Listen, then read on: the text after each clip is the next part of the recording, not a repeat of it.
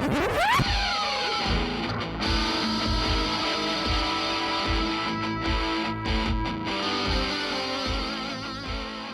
to the Tenant Podcast. I'm Todd Pearson, here with my friend, partner, and 1998 wife-carrying runner-up world champion, better known in Finland as Icon Kanto, co-host extraordinaire, Wes Brown.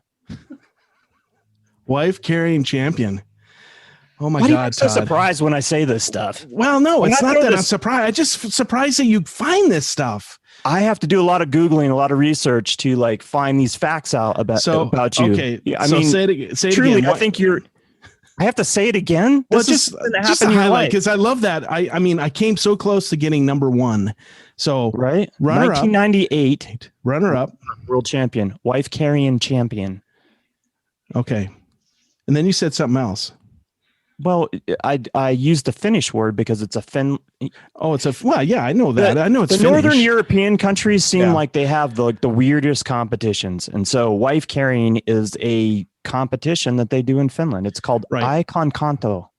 Icon Kanto. Yep, I was Icon Kanto. I was there in 1998. I remember this well because what's really funny about it wasn't my wife, because I was divorced, and I had, I was in between wives. But I got so into the moment that I grabbed this other dude's wife, and all of a sudden I'm carrying her, and she's like freaking out, screaming, and but I thought she was enjoying it because it's in another language. I didn't know what she was saying, but so we're running, and we're out in front. It was kind of like the Preakness a couple weekends ago. I was out in front, and then all of a sudden some Finnish guy just come rolling by. Imri Ambos and Anella Ojaste. They're the ones that won. They're the ones that won. Yeah, I remember that. And we had schnapps later that night from some Russian guy, because I don't know what the Finns drink, but we had schnapps. After I got interviewed by the police for grabbing this woman because they thought I was trying to kidnap her. But anyway, long story short, I came in second. What now? Well, I was going to ask you. I mean, so he didn't share any of the beer with you, because the winner gets. Whoever he carries, his wife's weight in beer is the grand prize of this competition. But you guys drank schnapps. We drank schnapps because he drank all the beer. He was kind of greedy. Normally the Scandinavian countries are all about giving, but not him. He was like, I'm in it, I want it, and I'm going to drink it. This is mine. Go get some other stuff. And so we, like I said, the Russian guy had some schnapps. We downed a few, and we had a good time. The cops joined in a few shots. So, everything ended happy. So I love happy endings. So I got to ask you before we get on to the serious stuff here. Yes. There's like 3 traditional ways to carry in this competition. Do you know which one did you use? So you got the piggyback, traditional piggyback, Yep. Which I think would be difficult because there's 2 sections that are dry obstacle courses and 1 section that's like a wet obstacle course. Right. Then you have and it's the wet one that we slowly lost the race to. Oh. Yeah, it's the wet obstacle course. Okay. Yeah. And then there's the fireman carry. Right. Yep. And then you have the Estonian style, which is where she kind of sits upside down and she intertwines her legs around your neck and head and holds on for dear life, which I would think that's fine in the dry sections. But when you're going through water, that's probably not very much fun for the. Right. So when I grabbed her, I scooped her up. And so we ended up in the Estonian style, and she was screaming. I thought she was just saying, go, go, go. But she was saying something else, I guess. But anyway, when we got to the wet side, she kind of dragged me down a little bit. And of course she couldn't breathe because, her head was upside down and she was underwater. And so it was quite the deal. But, sounds awkward. It was a little very awkward. It was more awkward for her than for me. But anyway. That's what I love about you, man. You're not afraid to grab someone else's wife and just run. I'm just in the moment. You can't say no. You can't remember, like Tiffany Mang said, you can't say no. You got to say yes to these opportunities. Be open to opportunities. Opportunities. You never know what's coming knocking. So you just got to go for it. And I'm sure that woman is still having nightmares, but Anyway, I think you're quite possibly the most interesting man in the world. I am the most. I think you're going to overtake the guy that does the Dos Equis commercials. Dos Equis, yep. But of course, that guy's dead. But well, I think that's how I'm going to overtake him because he's gone already. They need a new bearded gray guy. Well, and I'm it. I'm bearded. I'm gray, and I am interesting. And I don't say no, and I do weird stuff. So and you're so cuddly. Oh I do cuddle well. Thanks. Todd knows. Todd knows how I cuddle. But we won't go into that story. That's a story for another time. We gotta tell that story sometime on air. We will. Should have probably been today because we have a great guest that I can't wait to talk to. She's a hoot. I agree. And I think she likes the Estonia style as well. But we'll find out. Yeah, we'll get her husband on too, and we'll see which style that they would go for. I think they're competing next year. So. Fireman carry Estonia, but so in 2019 they brought this competition to the United States, and now it's done in Maine. It's held in Maine, the state of Maine. So obviously last year with the pandemic they didn't have it, but I'm wondering if 2021 could be the year. So I don't know. You were talking about getting into shape. Maybe I think I'm going to whip in shape. So if I might take somebody else's wife this year, even though I have my own. I may snag another one because that you still really start running because people are chasing you. So, So Estonia, maybe our guest will want to be my running mate. Maybe. All right. So stay tuned for next week for another fun. Thank you, everyone. Adventure. It's been a great episode. Hang in there. We'll just hang in there, people. We're going to hit some art here just in a few minutes. So, all right. It's good to see you, buddy. Let's get serious because art is a serious adventure. Serious. Oh my God. We can't take serious. Oh my God. Let's get serious. I don't think we can go there. Let me talk about the art. Let me talk about the art. Oh my God. All right. I'm going to cut some stuff out, I think. I'm probably not supposed to talk yet. Are you can talk whenever you want. You can talk anytime. They just don't know who you are. So that's what's funny. Well, I'll introduce myself when are you having fun? Ready. Are you ready to be out of this? Are you ready to punch out? I have a little bit to say about the intro. Okay. Well, let's do this. Do you want to say it now or do you want us to? Oh, go ahead. Introduce our guests, and then we'll get right into the Estonia. Okay. God, we're so unprofessional. Oh my God! I think after 81 episodes, we'd have this down. Our next guest is a fantastic artist. I love her work. It's phenomenal. She has the most amazing energy. She's positive and upbeat, and she's just absolutely infectious with positivity, which I love. She's just a joy to be around.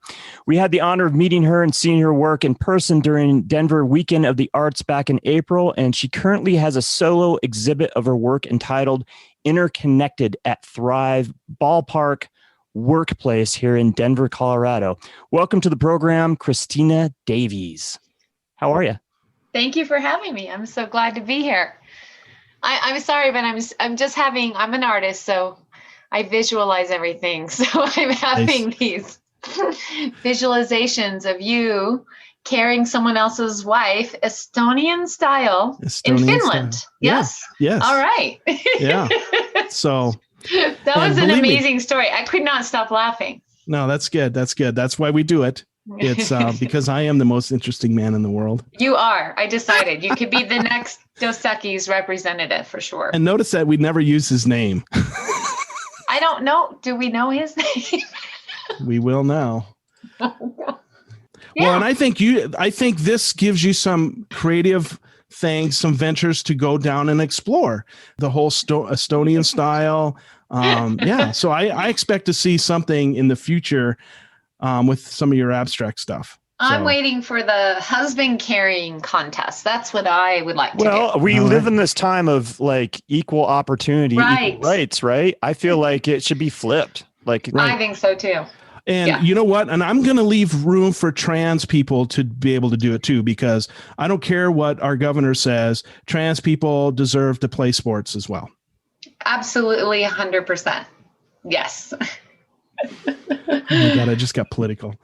You did. So it's the guy that portrayed the Dos Equis most interesting man in the world, his name is Jonathan Goldsmith. He died in 2016. He was, that was a lot of fun commercials. So I liked him. Yeah, he was cool. So Dos Equis, if you're listening and you need another one, I'm your man. I'm your man. What? You can do the acting and I'll write the stories. How's that sound? That sounds great. Does that work? And we can use the sponsor. And we could use those. Oh, wouldn't that be great if we had Dos Equis as a sponsor? Yeah, the most interesting podcast in the world. I'd have to start drinking beer again, though. You'd have to learn to like beer, I guess. Let's talk about art. Let's do that. My goodness. Estonian People style. are like, what the heck is this podcast? Now we're going to talk. My friend told me it was about art, but all they were talking about was this weird competition in Finland. So Kristina, take a moment and tell our listeners what you do as an artist, like what mediums you work in and so on and so forth. So the mediums I work in are mostly acrylic paint. I do a lot of mixed media. So I will paint on papers and rip them and then adhere them to canvas or wood. I do a lot of mark making with different instruments, mostly charcoal, pens, pencils, oil pastels, the ends of paintbrushes. Those are my favorite mark making tools. So you're painting and then all of a sudden you just flip it around and go. So that just kind of removes some of the paint away, right? Yes, it does. And it makes a line, a fine line or a fine mark. So I would say mostly have done some oil, but I'm too impatient for oil. I work really, really, really fast. And I want that next layer to start right away if I'm in the flow. So for oil, I haven't quite figured out how to do that, but I would still like to continue to do. I've done a few pieces in oil that I really do love, but it's just a different approach. Mostly acrylic on canvas. Nice. So you say you work really fast. Do you usually we ask this question a lot, but because it seems like you're really focused in on the piece, do you do a piece like start to finish, or do you have multiple pieces going on at any given time? Multiple pieces. Okay. Yeah. And they can take months, even years, because you'll put it aside. It's in the back on the wall, leaning precariously, and other paintings are in front of it. And then you pull it back and say, oh yeah, I want to keep working on this. So, I work on multiple paintings at a time. And the person who taught me that is Jeff Wenzel. He's a Denver artist, abstract artist. And I took courses from him at Art Student League of Denver. And I remember, I bring him my one little canvas on the first day, and then what he demonstrated and what he presented as his process really influenced me, which was get large pieces of wood, get lots of different sizes, and work on multiple ones because they can inform you. So what I'm doing over here might inform what I'm doing over there, which is absolutely what happens. And then also, while that layer is drying, because I don't want to mess with that, it does need to dry, but I'm still in this flow, I can go and work over here and then maybe over there. When did you take up painting? Was this something that you took up as a child, as a young woman, or is this something that you found like later in as a senior citizen? No. The Senior Citizen Center. Sorry. In Aurora. I'm sorry. No, that you picked up later on in your adulthood. I know. I'm sorry. That's awesome. I love it. I'm still laughing from our pre-show banter. Okay. I always loved art. I started drawing from I don't know, as soon as you could start holding something in your hand and put it on a piece of paper, like crayons and pencils. So my mom really encouraged freedom. I'm the youngest of four. By the time I came along, it was like, whatever you want to do, sweetie, just I'm so over it. You can do whatever you want. So I had 100% freedom, which was fantastic. And I can remember those. So this is why I joked about being a senior citizen, because I can remember the paper I used back then, which was like the little butcher, the cheap cheap buff colored drawing paper, right? That you get in packs or that you used to use in school back in the day. And there's just sheets of it on the kitchen table. And I was just drawing when Mom was getting dinner ready and my brothers and sisters are running around. And it was just my favorite place to be. And it still is. I mean, that's what's so fascinating. But I mostly drew. And then all through middle school and high school, I identified myself as an artist in terms of I can draw well. So I can replicate something well. I learned how to draw portraits. I learned how to draw still lifes. I could draw animals, but I'd have to really look at a picture to draw animals well.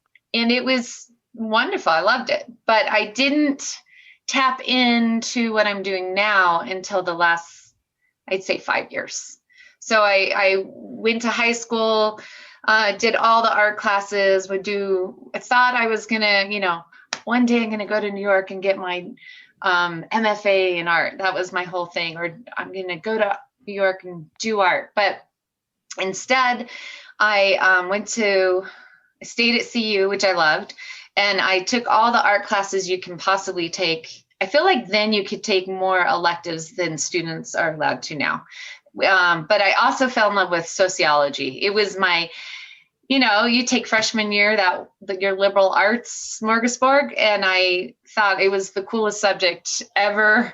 I loved the professor, and that's what I ended up getting my degree in. What drew you to sociology?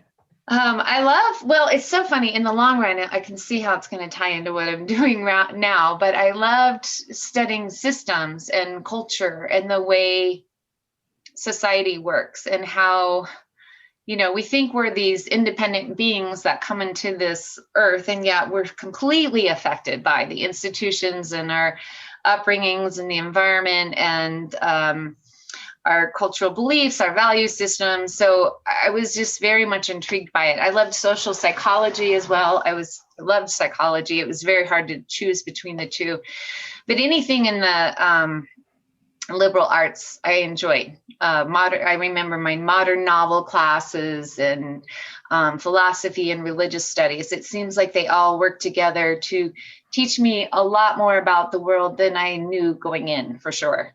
Right.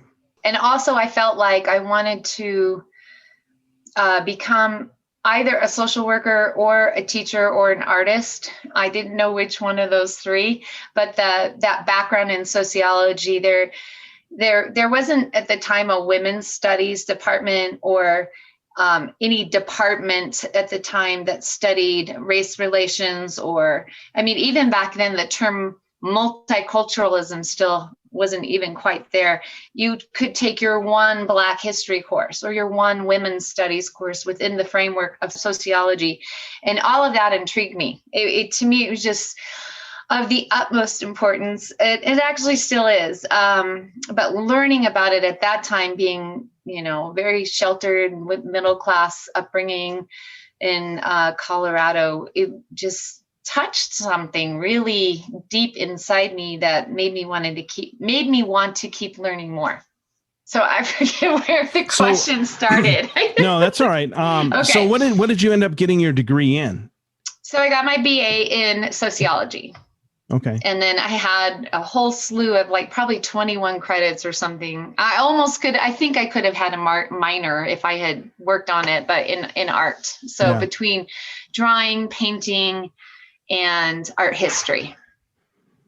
So did you feel like you got a pretty good basis of education out of CU?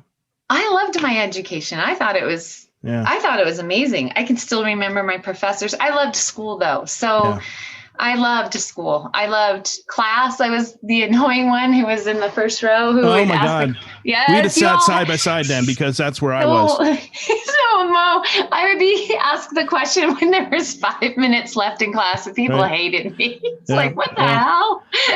But I was so into the lecture, or I wanted to just, honestly, I was insatiable with my learning, and which was an amazing thing. So, and I'll tell you one thing that was interesting, because again, it ties into what I'm doing now. There was this just one day, and I do think this is the magic of a liberal arts education, wherever you are. is I was taking philosophy, modern novel, history of science, religious studies, sociology, art history, right? And there was this one day that everything I was reading about and studying all connected so beautifully. I felt like for a moment, I remember I was lying down in the quad on the grass, looking up at the sky, and I thought I had it. I was like, I have it. I know the key to life, the key to the universe. I've got it. And then it went away. It was like a fleeting moment. But for just a moment in time, everything seemed very connected.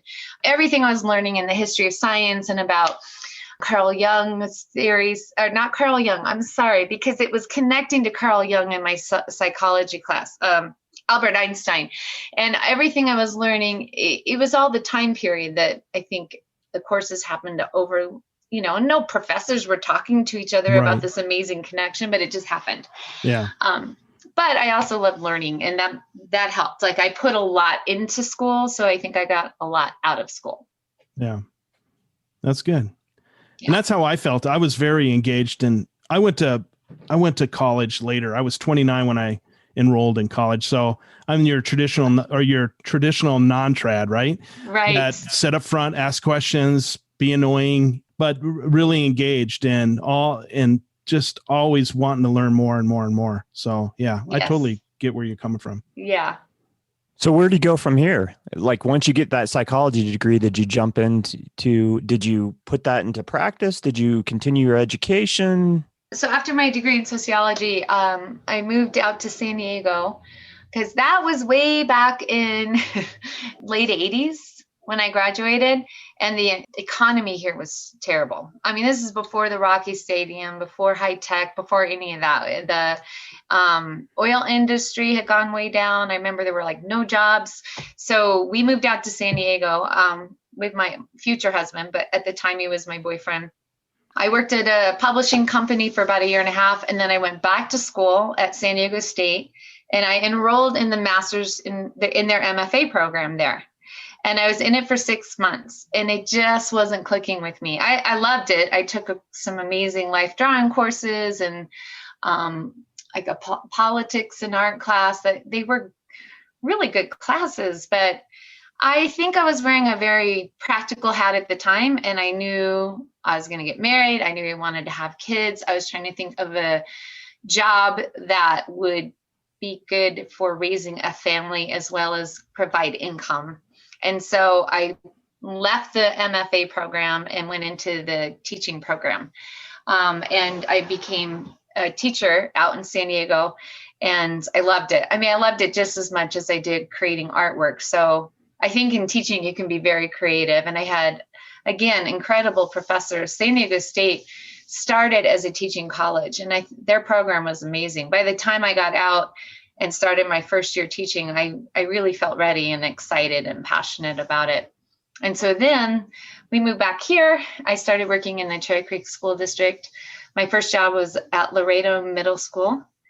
Actually, I did the math, and I think my students my very first year teaching was in 6th grade in La Mesa, California. And I think those kids might be 40 now, maybe early 40s now. So, and then I went to Laredo here in taught for a couple of years, had my kids, took a couple of years off, and then I taught at Walnut Hills Elementary for the remainder of my career. And so I was at Walnut Hills for 23 years as a teacher. Wow. That's awesome. What did you teach? Everything from K through 5. Oh, wow. Okay. So I was a classroom teacher. Everyone thinks I probably was the art teacher, but I was always a classroom teacher. So you taught a little bit of everything. Yes, and I loved it. I loved teaching reading. I loved teaching writing. Again, those connections were so important. What we're learning about in writing right now, that can carry through in what we're learning about in science and reading, from all age levels, kindergarten, 5th grade. And that's actually really important planning strategy that teachers use to make sure that everything's integrated so kids can make connections. So when you started talking about teaching middle school in San Diego, right? Yes. And you said, then all of a sudden you said, well, these kids are now in their 40s. Yes. And then I thought you said you taught math. And then I was thinking that maybe you were afraid that they're 40 and maybe their math skills aren't quite up to par and I'm to blame for that. So I went to reading. I really thought there was going to be like this, well, No, I actually loved teaching math. That's Okay. a funny story. But they got a good solid math foundation from you, correct? Oh, absolutely. Okay, good. I was worried about a bunch of 40-year-olds out there Without math skills. right? Not being able to balance their checkbook and not knowing No, why. I was just thinking about the fact that I have former students that are that age. That's that scary does part. suck, doesn't it? That was the part that, yeah. Well, I will tell you this: you must have graduated high school when you were like 12. Well, Yes, of course. Yeah, I Yeah. graduated. You were when one of we- those kids, right? prodigy. I started yeah, teaching right out of college, when she was 13. Yes. I bet you were a phenomenal teacher. I wish Yeah. I wish my kids would have had you. Aw, thank you. It was I had an amazing teaching career. My retirement party was just in 2019. So it'll be 2 years. And I remember getting really emotional at many of the events that culminated the year. And I felt very fortunate that I got to do that, because in 2020, we couldn't do it, right? Anyone retiring or in 2020, and even this year has been a little different, but it's great. I love my students. I loved teaching. It was exhausting at times. You come home and just are depleted because it really is a crazy day a lot of times. But overall, I'm really glad I went that direction. I'm glad I taught for all those years. And it was the perfect profession for also being a mom, in my opinion. With 2 kids. I don't know how teachers do it with 3 or 4 kids. When we had that discussion, are we going to go for a third? I said, well, if we do, I'm going to have to quit teaching, because I know for me anyway, I would have been stretched way too thin. But it was a fabulous career. And my master's is in teaching through the arts. So it's in arts integration. And so especially my last 10 years of teaching, I was able to go in and really bring that to my teaching. So anything we did, you had to bring an form of art to it, or let the kids choose what they wanted to do. My favorite example, I'll go back to math. I was teaching the advanced math to 5th graders. And I do this whole week on pi, right? 3.14. But the whole key with teaching is you don't want to tell them what you're doing. You want them to discover the relationship between the circumference and diameter of a circle. So you do all these exploratory activities where they have all these different circles, then they have to measure the diameter and then take a string to measure around it. And then they just start plotting the information in a table of data. And then you say, so what do you notice? And invariably a kid will say, oh my gosh, well, I'm kind of noticing that it's always about 3 times bigger, right? And so, yes, that's pi. And guess what? Magically, every circle in the world has this relationship, and these are the digits. Well, everyone's so excited. And so all my kids, I had kids that swore they would figure out the pattern. I'm like, there's no pattern, people. They're like, we're going to figure it out, and I had a contest, like the kids who wanted to, they were visual learners. They could learn numbers. How many of the numbers after the 1-4 could you memorize? And we'd have this big pi day with pi. But the big thing, the culminating activity, was that you could do any kind of art form you wanted to present what you learned about pi. So it could have been a rap, it could have been a dance. I had this one girl, I'll never forget, who danced pi.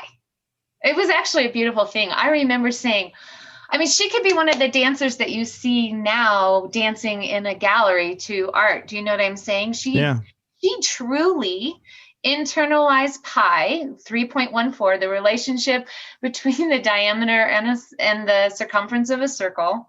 And she danced it. Who gets to do that? She did. And she was in 5th grade. And if I saw her today, I'd ask if she remembered it. And I bet she would.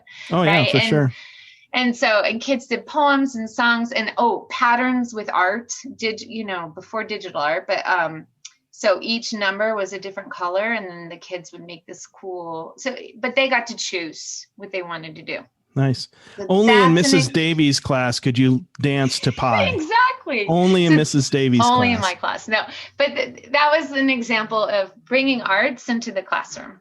So I in all its forms, writing, poetry, theater, we did a lot of acting out in our class. Nice. Not like bad behavior, but like readers theater. Yeah. Right.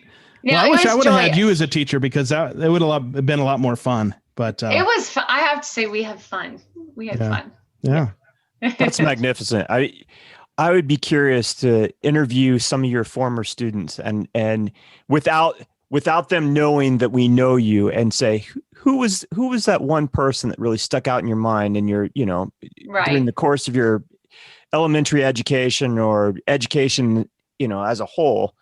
And I could almost bet that your name would come up more times. Maybe more times than not, I bet. Mrs. Davies. Who was your favorite teacher growing up? Oh, Mrs. Dawson. And why? Second grade. Oh my gosh. Okay. This is another long story though, kind of. Mrs. Dawson, first of all, she was young and beautiful, but it wasn't that. It was her spirit. She was the first teacher I had that seemed to love kids. Like my other teachers were okay, but it was more authoritarian and rows and very old school, right? You walked into Miss Dawson's classroom and there were reading corners and pillows. And it was like, I'm sure she had come just out of school with like whatever the latest theory was on making kids feel welcome. But whatever it was, she did. And so the rows of desks were gone, and she believed in I remember we got to work with groups of kids instead of by yourself. So I think because of her innovation at that time, but also she did, and I'm trying to remember, but she did this experiment with our class. And it's like you can see documentary films about it, where the blue-eyed kids and the brown-eyed kids were treated differently. She did that verbatim. I saw the documentary about this experiment that they were doing with kids at the time, educational experiment. And so one day I come to school, and because I have green eyes, I was in the light-eyed group. And we got to see a $2 bill, and we got to have extra recess, and we got to eat popcorn. But my friend who had brown eyes didn't get to do all those things. And Mrs. Dawson was not a mean teacher, but she was definitely strict with that group and let us do all these fun things. And I remember inside thinking how wrong it was. And yet I didn't want to displease her. And I loved getting the popcorn and the $2 bill and all those things. The next day it was reversed. And then I was sitting on the other side of the room having to do extra worksheets while the kids with brown eyes got to do all the fun stuff. In retrospect, as an adult, I'm sure she had to get parent permission to do this, right? This was pretty major. Talk about a sociological experience, which is maybe one of the reasons why I love sociology so much. That experience impacted my life, because then the way she brought us all back together and taught us about stereotypes and racism, and even we talked about the Holocaust. I mean, we were in second grade when she did this, and profoundly impacted me to such a degree that I think it's why I'm so passionate about the issues I'm passionate about today. So she sticks out in my mind because she did that. And also, though, she was just the most amazing, lovely woman. I just loved her. And a teacher like that can make a difference, right? Yeah. We know that. Yeah, right? Absolutely. And you never know how you will impact a person, Right. And especially teachers, right? That was a pivotal moment in your life. I mean, you can recall that moment, that experience, like it was yesterday. I can tell. And I know the little bit that I know about your work and you as a person, that definitely plays into what you do as an educator and as an artist, correct? Definitely. Yeah. I mean, I feel like that lens has always been there for me. And partly it's because my mom is a very compassionate person, and she always taught us to think and to question everything, think outside the box, and to have empathy and compassion for every other human being, so she would be good about bringing up issues when we were watching the news or thinking about things and making us think about things, so that it just wasn't always, well, this is just the way it is, and this is how we are, and this is how that group over there is supposed to be, and this is how they are. And, so I credit my mom, and I credit that great experience. And it's something that just reminded me of. It was really interesting going through that, because the guilt I felt when my friends weren't treated well was really powerful. And yet I didn't stand up and say, no, this isn't right. And right. I know we were only in second grade, but I think that was a pivotal learning experience for a little one, for sure. Absolutely. Yeah, it's true today, because people still won't stand up in big crowds. And that's, the mindset of the crowd. Todd, you look like you were going to say something. Sorry. Yeah. I was just going to say that, kids know, they know that they have that sense, even at a young age, that when things are not right. Oh, absolutely. When things are wrong, when people are being mistreated or they get mistreated, obviously that's the easy one, but they know when they see other kids mistreating other kids, and they know when they see other adults mistreating other adults, they already have that. They do. Yeah. And our biggest thing at Walnut Hills the last several years was talking about being an upstander, not a bystander. Make sure you don't just bystand and let things, and then what are those tools? What are all the different things you can do to help another person or to help yourself and advocate for yourself? Yeah. Yeah. And it's important, I think, now more than ever. Well, at least as much now as ever, that we have those tools to help us do that, because it's a pretty ugly world out there at times. Yes, it can be, for sure.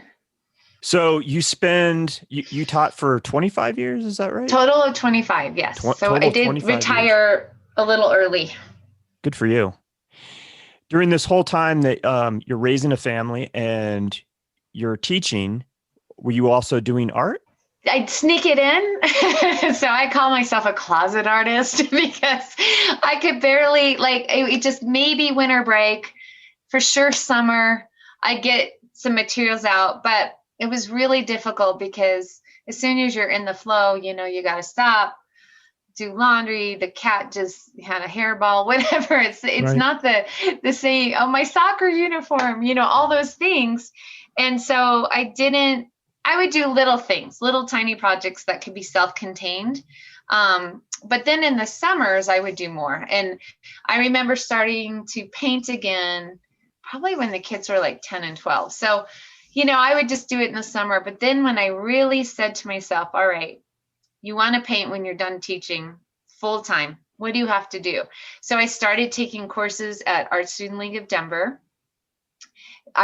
So you teach all day. I would teach all day. And then on Wednesday nights, go over there from 7 to 10 p.m. And I did that for several years. And mostly it was with Jeff Wenzel. And I had some coursework with Omari Akita. Do you know Omari? Homare. Oh, he's the most amazing abstract artist, also here in Denver. Both those artists I'm telling you about have pieces at the Kirkland Museum. So they're just incredible mentors. And I would take classes from him in the summer. And I would go up to Anderson Ranch in the summer and take intensive, the 5 days in a row where you could get to be up there. That would be my vacation, to go and do art for 5 days. And I learned amazing things from artists up there. Teresa Booth Brown, Wendy White, Linda Gary, Rubens Genoff, just amazing national artists that come to Snowmass to teach these classes and just take your art practice to a whole nother level. So I feel like as I was finishing my teaching career, I was doing that work and then I would be painting in the summers a lot more because of that. And it was probably easier because your children were grown and by then they were. Yeah, by then Sammy was out in college and then Joel was in high school. So, yeah. Talk about that experience a little bit more, about being up there in Snowmass, because that's a beautiful environment. It's a beautiful, gorgeous arts facility. It's really stunning. I think it was the first time in my life. I think the first summer I went was maybe in 2016. What I loved is that you truly are immersed with other artists in a community of artists from all different parts of the country, all different ages, and a lot of college students there that are on scholarship, which I love because it's fun to have their energy there. And you're in your practicum or your studio practice or whatever it is you've signed up for. But when you eat, you're eating with the person who's building furniture and the photographer and the teacher for the kids program and the professor from Yale and, all these people that are there either to be in a class or to teach. And it's just such an amazing experience to be around all these creative people. So for me, I love that. Plus it's beautiful. It is so beautiful up there. So you just can go on hikes when you're not, go for a quick walk when you have a slight break. I think I was in the studio 90% of the time, but then even when you're not, when you get out just to look up at the stars and see the night sky, and it was just so beautiful there. And then the other thing is they have these incredible artists come and give talks. I remember seeing an artist named Titus. I can't remember his last name. He's very famous, Titus Kaffer. He is a Black artist that, again, his talk about his art had a profound effect on me. And it was so powerful. And he was one of the ones who said, say yes. He said there was something, I can't remember, someone had asked him to do something and he had not figured out how to do that yet, but he's like, yeah, I'll do that. And he said, I've learned something as an artist, you have to say yes. And then you figure it out as you go, because you don't always get these opportunities. And so his voice is in my head when I think of that. And, but he would take these big paintings, these gorgeous oil paintings. He had his MFA from Yale. I hope I got that right. In historical time periods where there were paintings with slaves, and he would show you how all the figures had something about them that was very prominent, but the slave was invisible. So his whole purpose was to take these historical paintings and make what was invisible visible and give a voice to the Black people that were represented in historical artwork. His artwork is beautiful. And so having someone like him come to talk to us and explain his life and why he became an artist, it really, you go away from this talk and you think, wow. And the next thing you want to do is just run into the studio and start painting like crazy. And then looking him up to see all his artwork and learn more about him. And I can tell you there were 10 examples of that, because they have amazing speakers coming to that institution all summer long. So there's an example of what it's like up there at Anderson Ranch. And the food's amazing. Oh my gosh. That's what I heard. The food's incredible. It's all organic. Oh my gosh. It's so incredible. Yeah. His name is Titus Canfor or Canfor. Oh, that's it. Yeah. Beautiful work. Thank you for looking that up. Yeah, I didn't want to get the last name right. Yeah. And he did go to Yale. Okay. But yeah, his stuff is really nice. Yeah. So that would be cool to learn under somebody that talented. Yes. And then you mentioned Art Student League of Denver. Talk a little bit about that, because we've had people that have come on that have been instructors there, and people mention about it. But I think it's a really important entity in the Denver community, arts community, as far as what they have to offer there. Absolutely. I mean, I think I was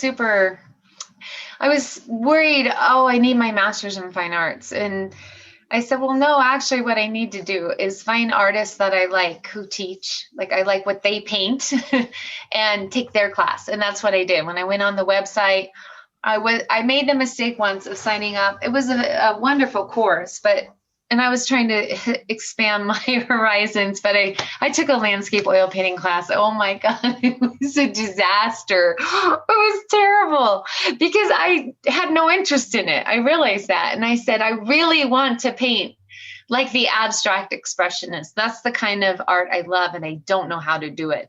And so when I went into the catalog of Art Student League of Denver, they had different one. And I saw Abstract Expressionism with Jeff Wenzel. And then I went to his website. And the minute I saw his paintings, I said, okay, that's the guy I have to take. So I'd recommend anyone, if they're going to take an art course, to find the artwork that they're attracted to, or that they think that's, oh, I want to learn how to do that, and sign up with that teacher instead of the other way around. Like, I've heard this teacher's good, or I want to take portraiture. Well, look at their artwork of the instructors, because I think that tells you a lot about at least their style of painting and maybe what you'll learn for them.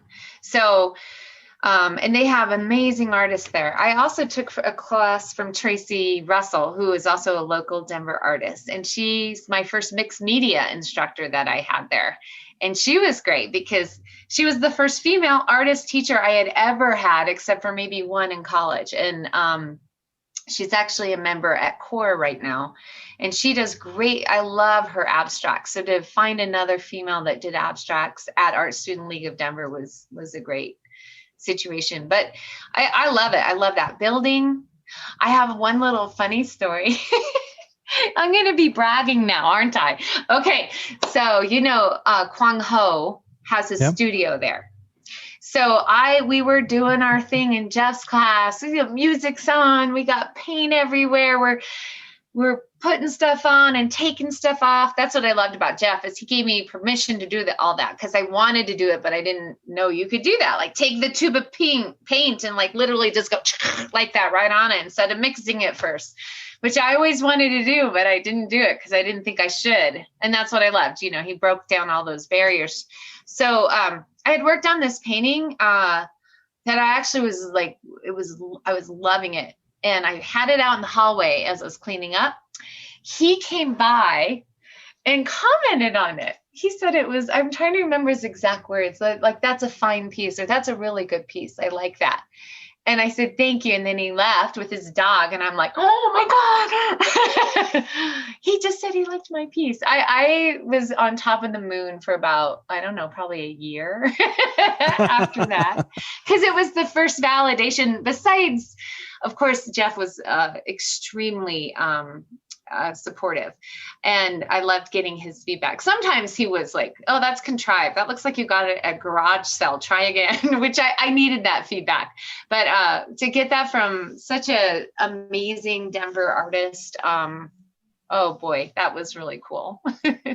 Well, it's validation outside. It's outside the small group you got. So just reinforces what Jeff is telling you.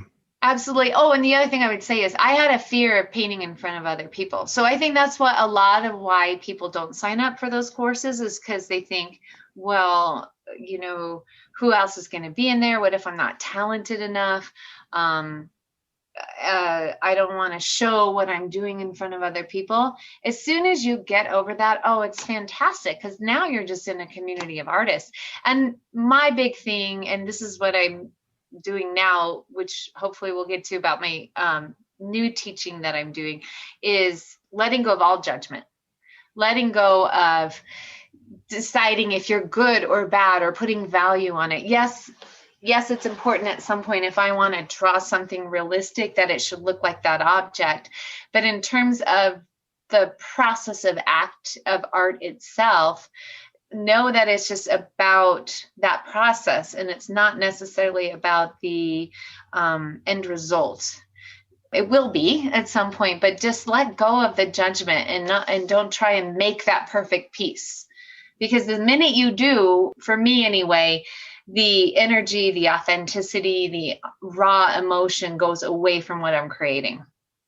So one of my big things is free of judgment. Don't judge the work that you're working on when you're in the process.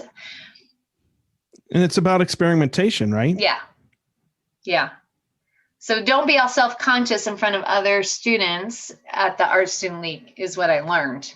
And then next thing you know, you're all just painting together, and then you think, wow, God, I love that green. What kind of green is that someone else used? Or you see some tool that someone is scraping with, or you see an effect that someone made by putting 2 layers of paper on it, and they tell you how they did it, and you learn from each other. So that's the other value of being in with a community of artists. What draws you to abstract expressionism? I have loved what I used to call modern section, the modern art.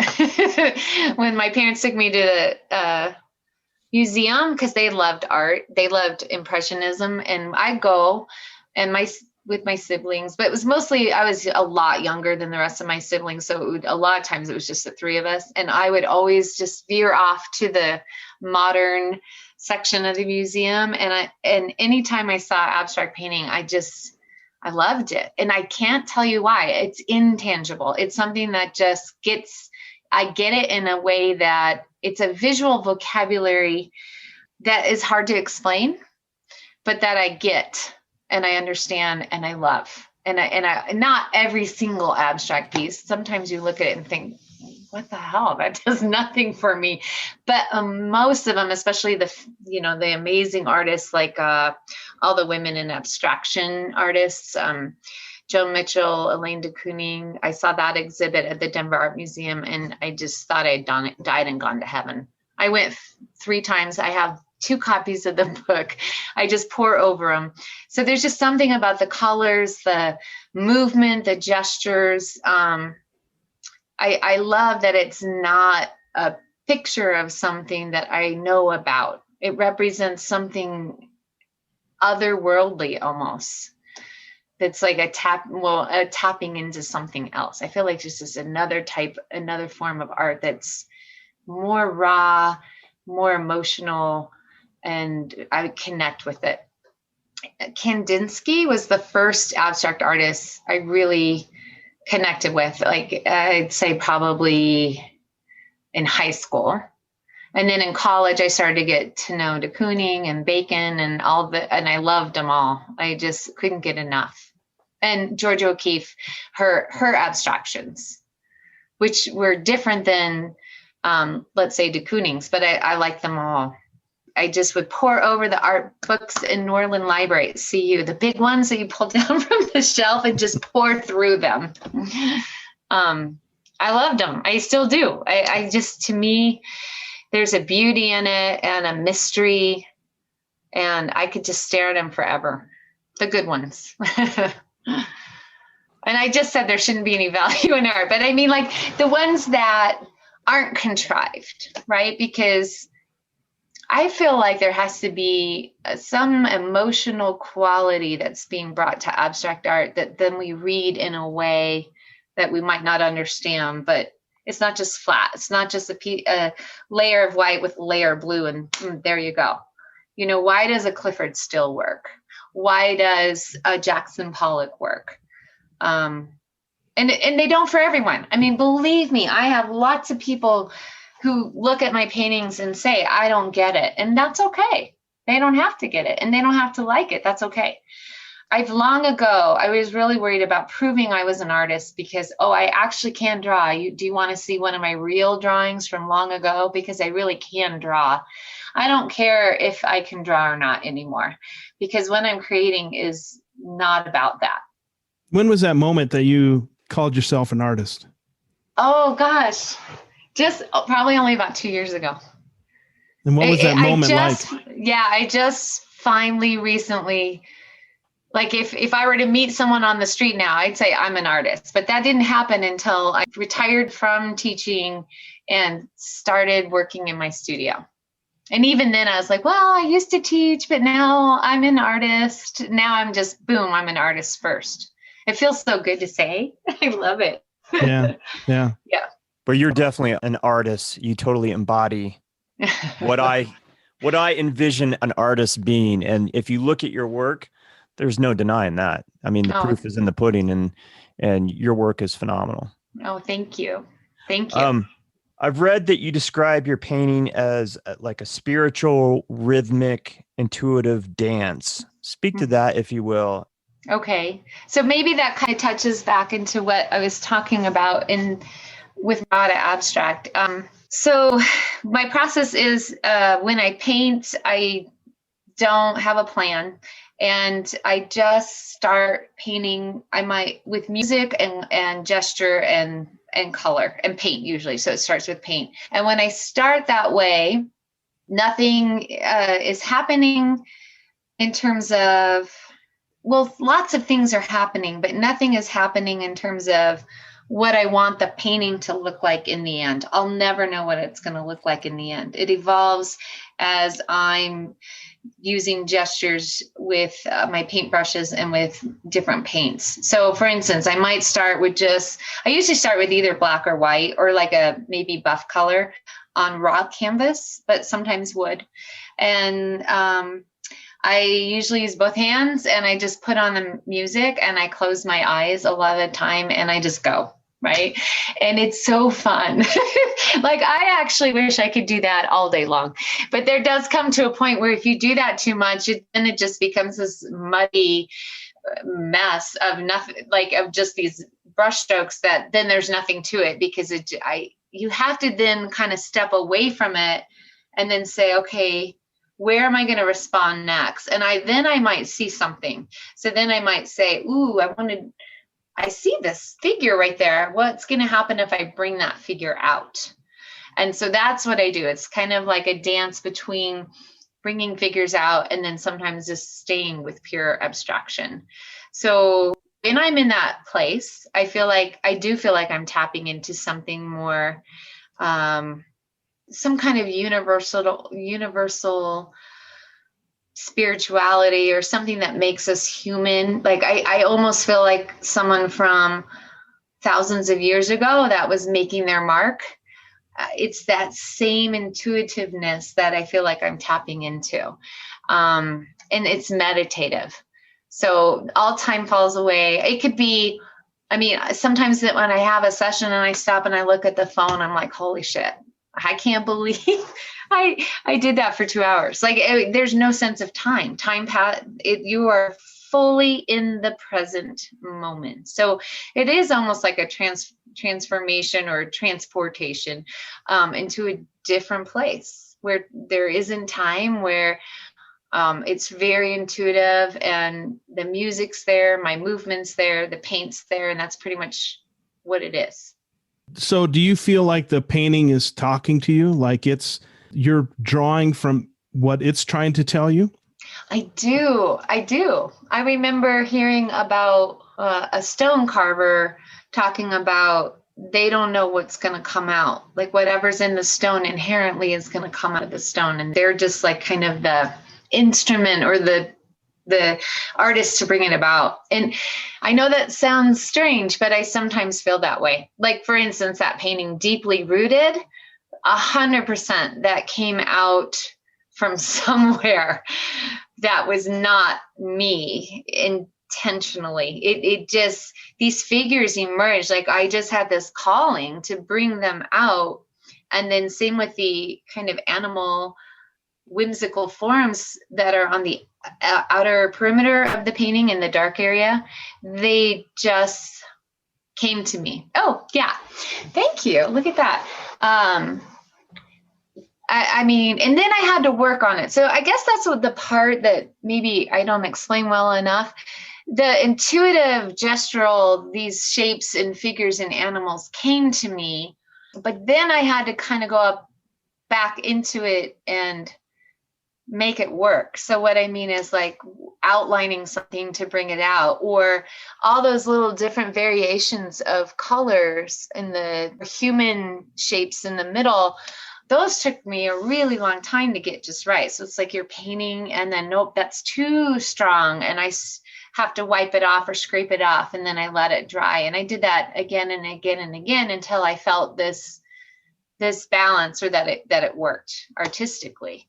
But the initial was, I felt like the environment I was painting in telling me a story.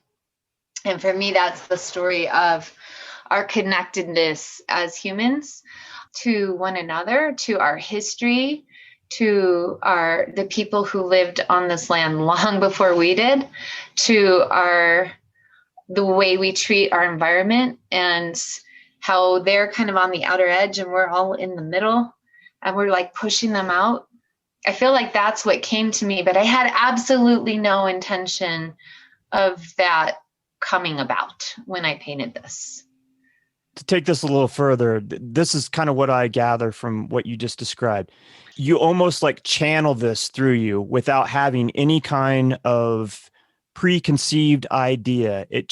You're just a vessel that it's traveling through onto the canvas itself.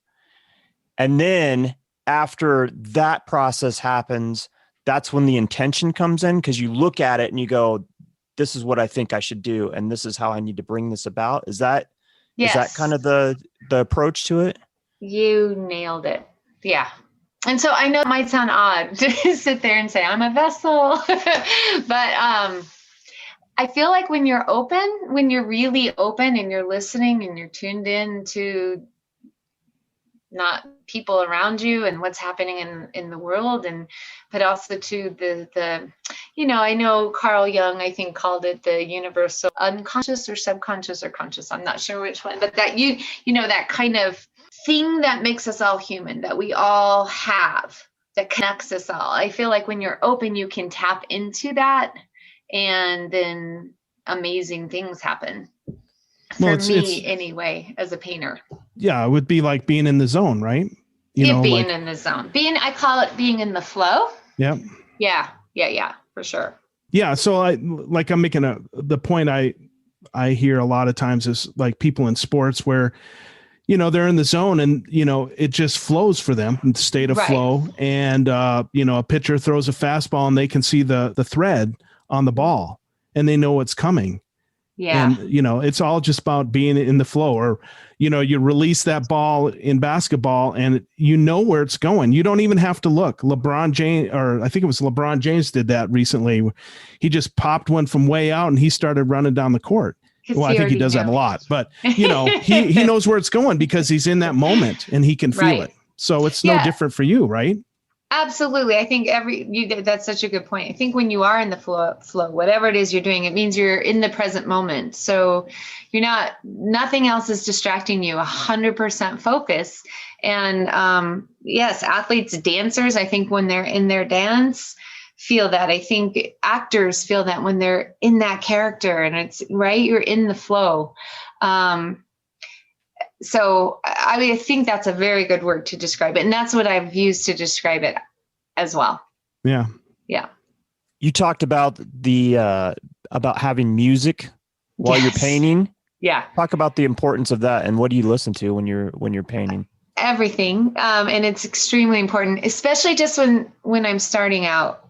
Sometimes I'll turn it off when I'm concentrating on like I was describing that next stage of the painting where I was more looking at colors and textures and things and bringing certain things out. I sometimes turn it off because especially if I've listened to music a lot that day, but 95% of the time it's music, and I'll usually get on something. So for instance, I painted a painting called Stella, the entire thing to Miles Davis jazz.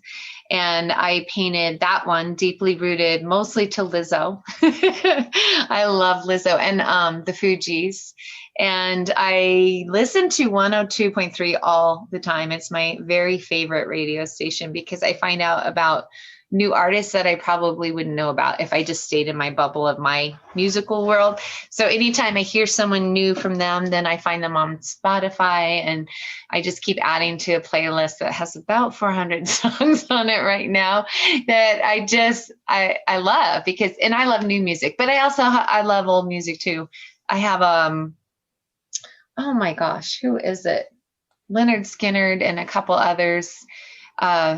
There was one time I couldn't stop painting to Stevie Nicks, Avalanche. The one about Landslide. Landslide. Thank you. I'm sorry. Same place in my brain. But my favorite probably is like dance music. Anything that makes you feel like moving and dancing. Oh, but then I'll switch it up, and next thing you know, I'm doing classical, or just pure instrumental, chill. Yeah, I listen to all of it, and it really does affect how I paint. Yeah.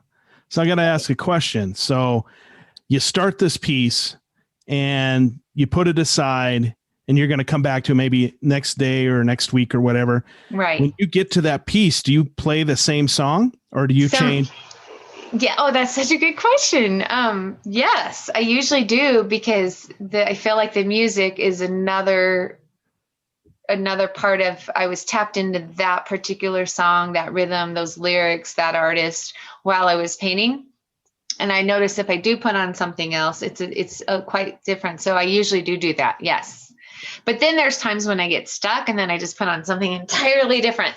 So perfect example, I was kind of stuck on that one we talked about. And I think the reason I talk about the deeply rooted painting so much is because it was a breakthrough piece for me. It's the first time I stretched canvas on a wall, just stapled it to the wall, and it's huge. But I remember there's this, I wanted to do more with it, which was the mark making, but I was kind of afraid to, which is really silly. But because, even if you mess it up, you can just keep going and painting over. But things start to get precious with the painting. Like, it's good, right? And so then all of a sudden, your brain gets into the way, in the way, and you start messing with it, and then you really can mess it up. I can't tell you how many times I've done that because I'm overthinking. So what I did is, that's Truth Hurts, Lizzo, got that on super loud and just went for it. And it really helped me be free with my mark making. And I think it helped me get past that little I was having. So I credit that one for Lizzo, to Lizzo. I love her lyrics. So I want to do something real quick. I'm looking at Stella. Yes. You mentioned Miles Davis. Yes. So talk about that piece. I know you sold it. It's in private collector's hands. So talk about creating. Yeah. Talk about that piece. I'm sorry. It's like one of my best friends. Oh, well, we don't have to say their name. We won't, but it just cracks me up because almost all my first paintings have been sold to friends, but on my website, I just call them private collector. Sure. So talk about that piece. Talk about, if you can, remembering the day that you painted it, or days or weeks or whatever, and the process and the music. 2015, and it started in Jeff's class. And I remember, I think that brown color Jeff gave to me, because he had all these paints that that was another trick, is just to go get paint from the paint store, like the remnants sometimes, especially for like your underlayers. Because especially this big, if you're using golden paints for the entire painting that big, it's really expensive. And you can use a lot of house paint just to get started. And I know that brown was his, actually, now that I look at that. But most of those... So when you say house paints, do you mean like latex, or is it... I'm talking latex paint. Really? Okay. Yeah, cool. yeah. Sorry. No, it's latex paint. And I think almost all of it is painted papers or ripped papers. So if you see the section that almost looks like a little backwards E, down on the bottom, and then what I call like a figure. So it looks like it's mostly black, and it's in the center. Yep. Those were from painted papers that I had put ink on, and then just taken different tools to squish the ink across. And then you cut them up, and you glue them down, and then paint around them and tear them off, and do that again and again and again until you have layers. And then I usually take my golden paints with the grays and the whites and the buff colors and do some final layers on top.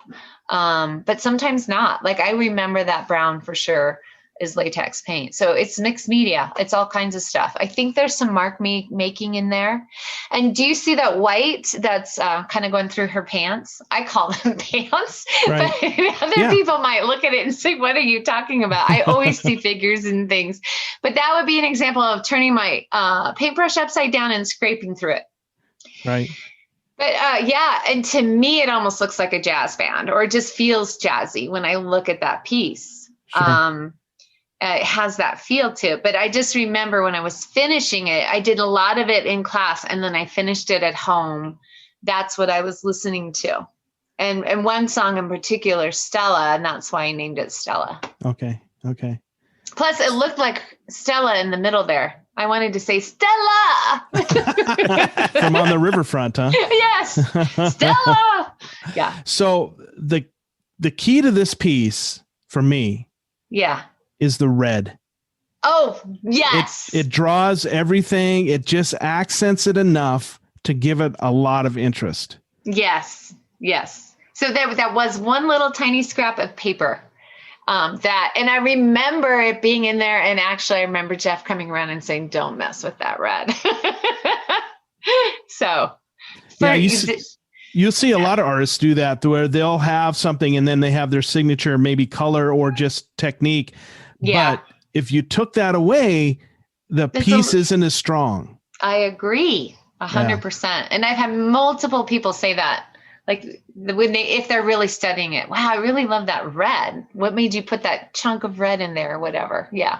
And I totally understand that question, because when you're seeing something like that, or Ron Hicks, or or Quan Ho, and they do something like that, you're like, I would have never thought of that. Like, what made, and obviously you're not in the moment, so I mean, you're outside that, but it does. It's like, what made you do that? Because it's so cool, and that red piece draws it. It gives it that touch of interest that may not have been there. Right. Exactly. It adds a little warmth, because that's kind of a warm red, and we have the warm browns too. It was necessary. I absolutely agree. So that is where you are being intuitive. I am being intuitive and gestural, and for 90% of it. But then when I'm kind of coming around to those final stages, I do think about things just like that. So I might have a certain color up in one place, and I think, I need something down here, not the exact same color, but of that family right over in this little spot. It's kind of a proportion or balance composition thing. That's, again, intuitive, but I think about it. Yeah. And so here's an example of that too, that I just thought of. If you look at a Mondrian, right? Not all of them, but there's a few Mondrians where he's got the lines, but on one of the lines, it doesn't go off the plane of the painting, right? Right. And you're looking at that and you're going, why? Right. Why did you not finish the line? All the other lines, or most of the other lines, are filled, but except for that. But what it does is it draws interest, right? Yes. You got this really well balanced painting, and then there's this line that just doesn't quite go over the edge of the plane of the painting. Yeah, and it makes you think. It makes you wonder. So actually in the book I'm reading, Ninth Street Women, or Women of Ninth Street. I'm trying to find it. Oh, Ninth Street Women. Sorry, my computer's sitting on it. This book right here is so good. When the abstract expressionists are talking, I forget which one said it, but they said a good artist is one that creates mystery. Yeah. Mystery in their paintings. And see, honestly, the reason I paint, part of the reason, is because I feel like it helps you uncover some of the mysteries of the world as well. So it's like a way of trying to just figure out this world and our place in it. Yeah. And it brings, all of them are autobiographical as well. The mood you're in, maybe something you're going through, or maybe we had an artist say, I didn't realize until I looked at it months later that I can pinpoint it and say, oh my God, I know why I painted that, because I was going through this. 100%. 100%. Yeah. I mean, and I have an example of that's perfect. That I think I told you about Wes at Bridge with that one painting, Don't Turn Away. Yeah. Yeah. That happened where I was just going to do a celebratory kind of figurative piece with lots of color and pattern. And then that one stark white figure with a gray background, which originally was a mistake, and I was going to paint over it, became really what I was grappling with during that time, which was about the Black Lives Matter movement, and that we had, and then, so much going on with COVID, but then also with police brutality and George Floyd. And I painted it during that time. And I was also reading a book called White Fragility about racism, and racism being a social construct, and white privilege. And I have learned quite a bit about that as a teacher through all of our equity work, but this hit home in a completely different way. And I needed to learn more, and I still need to learn more. I mean, I think that's my job, is to continually learn about humanity and what everybody's going through, and what I have been raised with and what I can do to help promote social and racial justice as a white woman, which is a journey. I've got to figure stuff out and educate myself and listen and learn. And so I was thinking about all of that when that painting came out.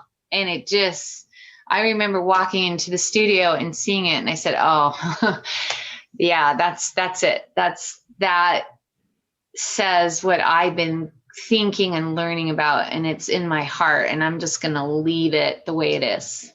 Yeah. And that was a beautiful piece. And I just enjoyed the moment that you were describing to me at the Bridge Project. And I appreciate that so much, that you spent that much time with me talking about your art. It was a lot of fun. Oh, thank you. So since we're on this subject, talk a little bit more about your mission of socially engaged art. How often is that playing into your practice? I think it's a pretty big part of it right now. So I mentor a student at Redline. So through Redline, they have an art core mentoring program where all year long, I think there's about 20, maybe more artists are paired up with students that go to Whittier or Bruce Randolph elementary and middle schools in 5 Points. And they're kids we love art, and so it's about pairing with them as a local artist with a student to do art together, basically, and to mentor them. And so I did that all year through Art Core. It's amazing, even though it was virtual, not quite the same, but we still did it. And we have a huge culminating exhibit actually at Redline next week. And so the student I mentored all year, she has a beautiful project that's going to be up. And the mentors do projects too. So there's that.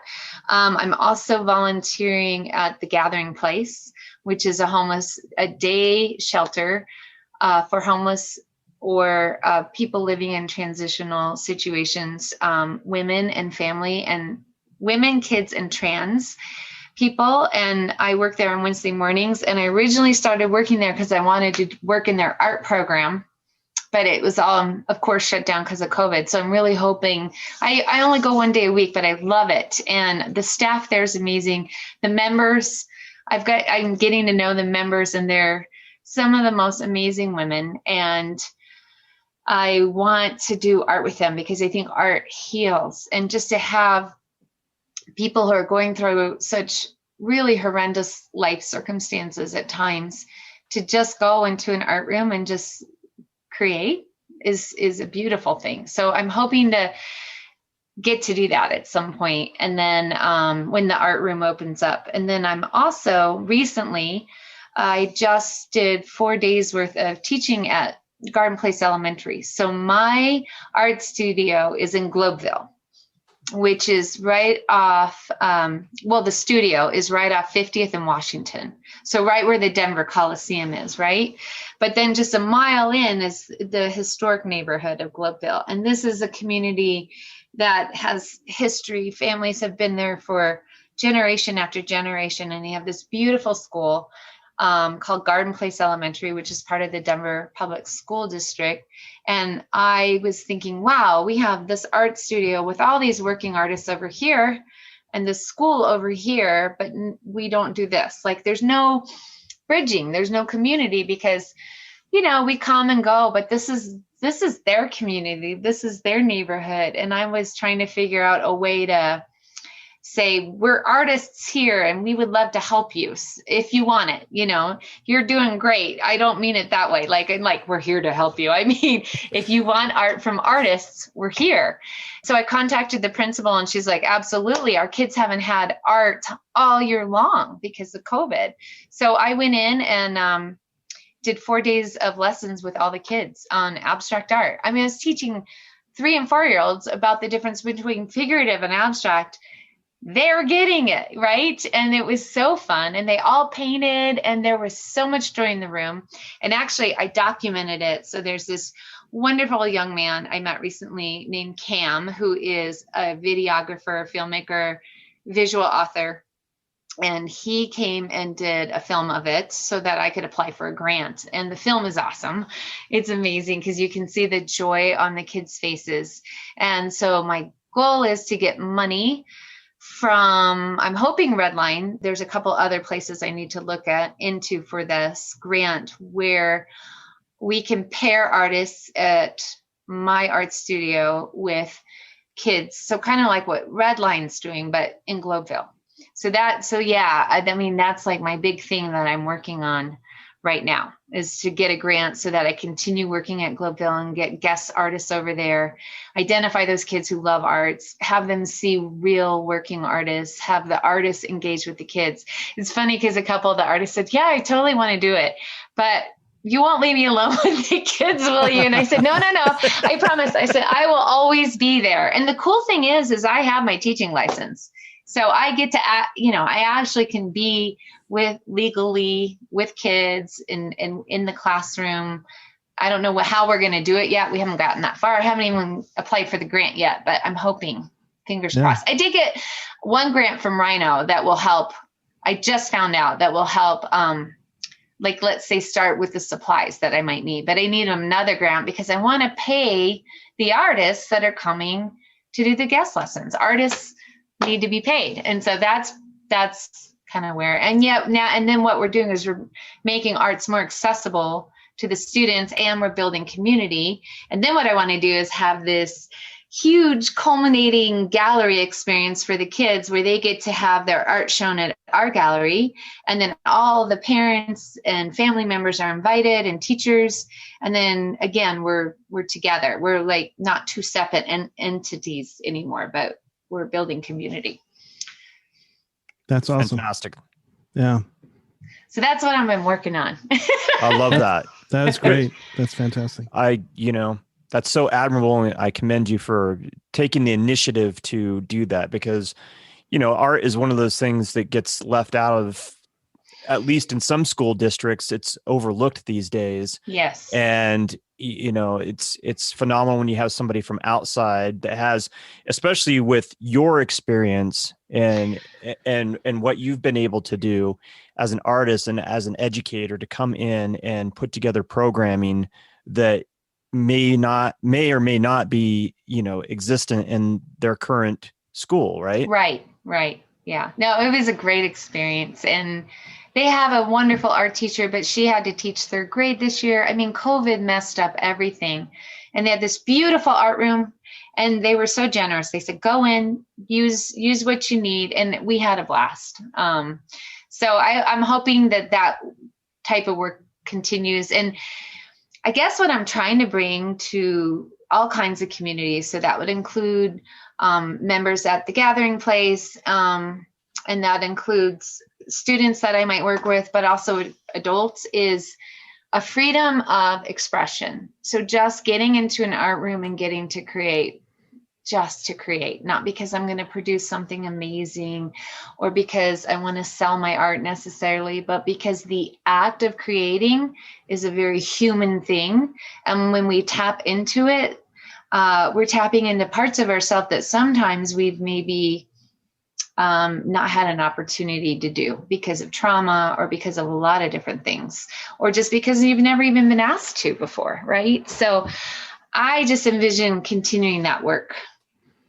And I think it's unfortunate that school districts around the country don't recognize the importance of art, because once again, it's what defines our culture.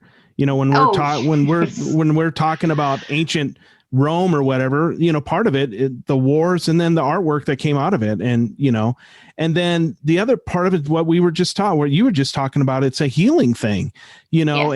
and it's so important to be able to express yourself. And I think if students had more opportunity to do that, right, they could at least work through some of the pain that they're going through. Right. And express, anything that they're feeling, but joy. Right. Exactly. I mean, it's the whole range of emotions, but it's also getting kids and adults to realize they have a voice, and that their voice matters, and that they can get out what they need to through any form of art. It doesn't even have to just be painting, but that's typically the one I use because that's my jam. Right. That's what I love. But we have music and movement and poetry. Anything all of like it. that. Yeah. I mean, you go to a poetry slam, it's like, wow, you come away from that just feeling changed, right? And you can feel the energy and inspiration of the performers. It's just, I love all forms of art. So, you're right, because it's the artists who make change. Yep. So, yeah. It's the artists that push us forward, right? Yes. In society. Definitely.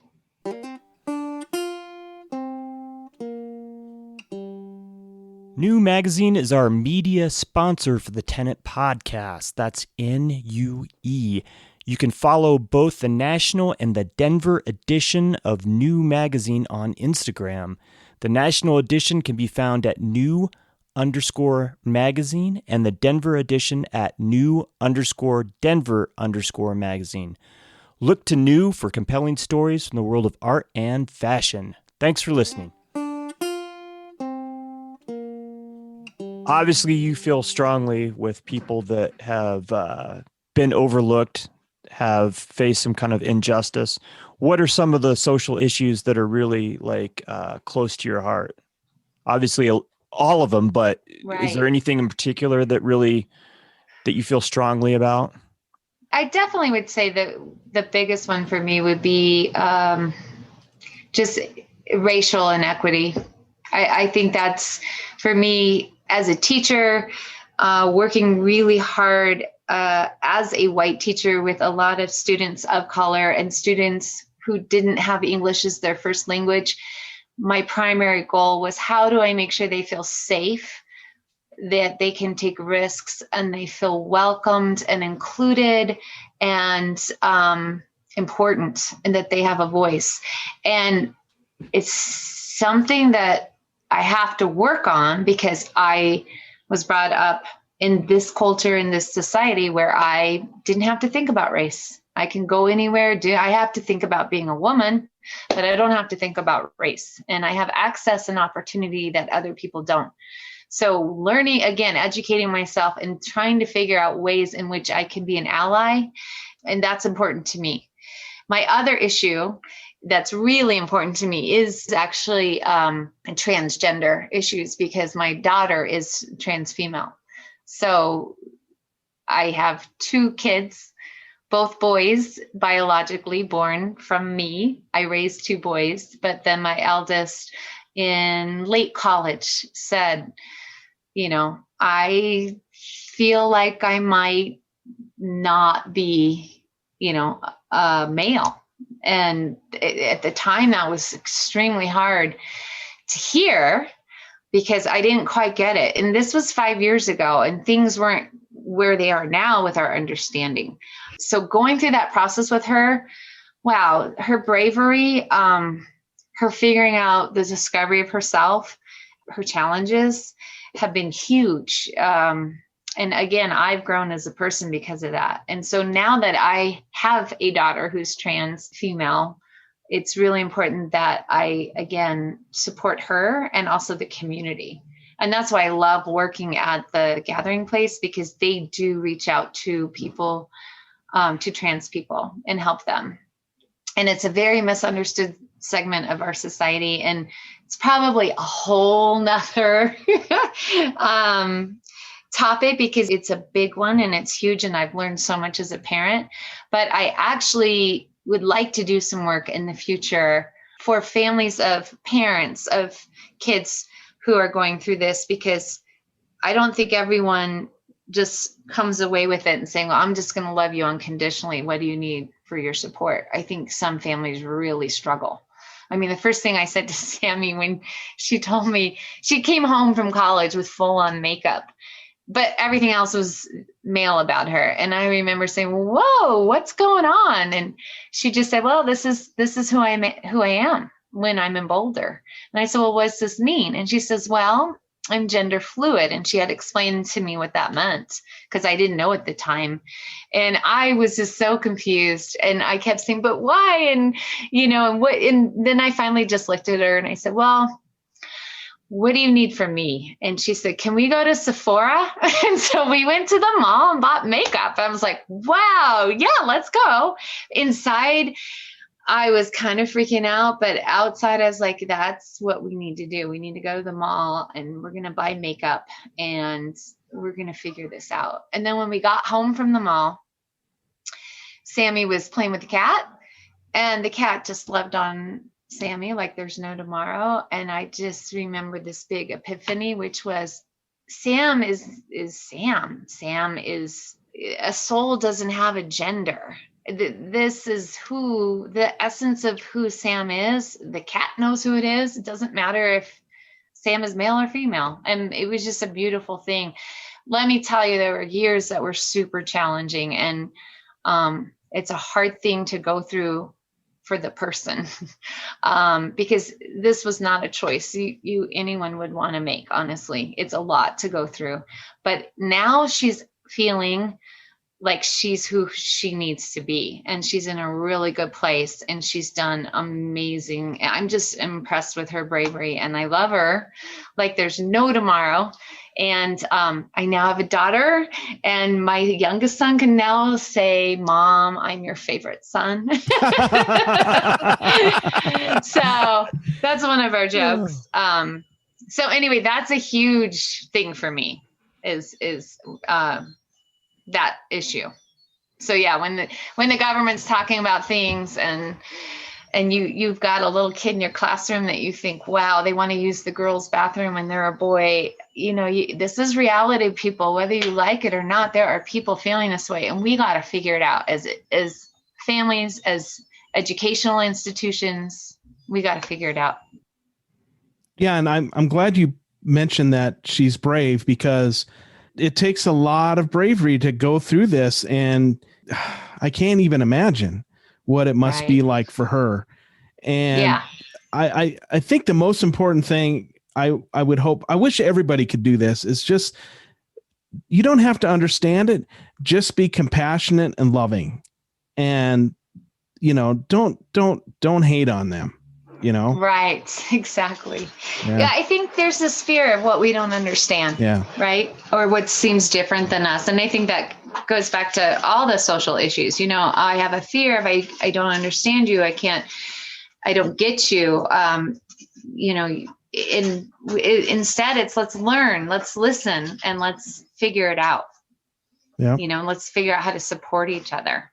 And I'm glad you said that, because it's like, it's always fear-based. It's the fear of the unknown or not understanding, because you haven't had that experience. But if you engage with people and you have that connection, then you start to, you might not totally understand, but at least you can kind of understand what's going on.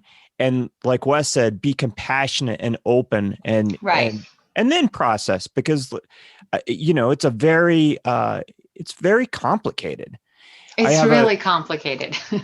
One of our favorite yoga instructors, he's transitioning, and, I know him as Bill. Now he's Asila. Yeah. And, I'm very happy. At first it was, it was different, right? Like I'd never experienced that firsthand. And my favorite instructor, and now he's, he doesn't dress like a male. He's just a female. Yeah. But in the end, he's the same exact person, or she's the same exact person. And, I love who she is, the humor still. And people should be able to be happy and feel comfortable in their own skins, Yes, absolutely. And I can't imagine, having to go through that, how hard that must be, Yeah. for that person, to be conflicted. And especially for like my friend Asila, she's lived 50 some odd years before she decided to do this. Right. And now she's doing it. But to live 50 years on this earth and at the same time always think, I really just don't identify as, as male. I'm really female.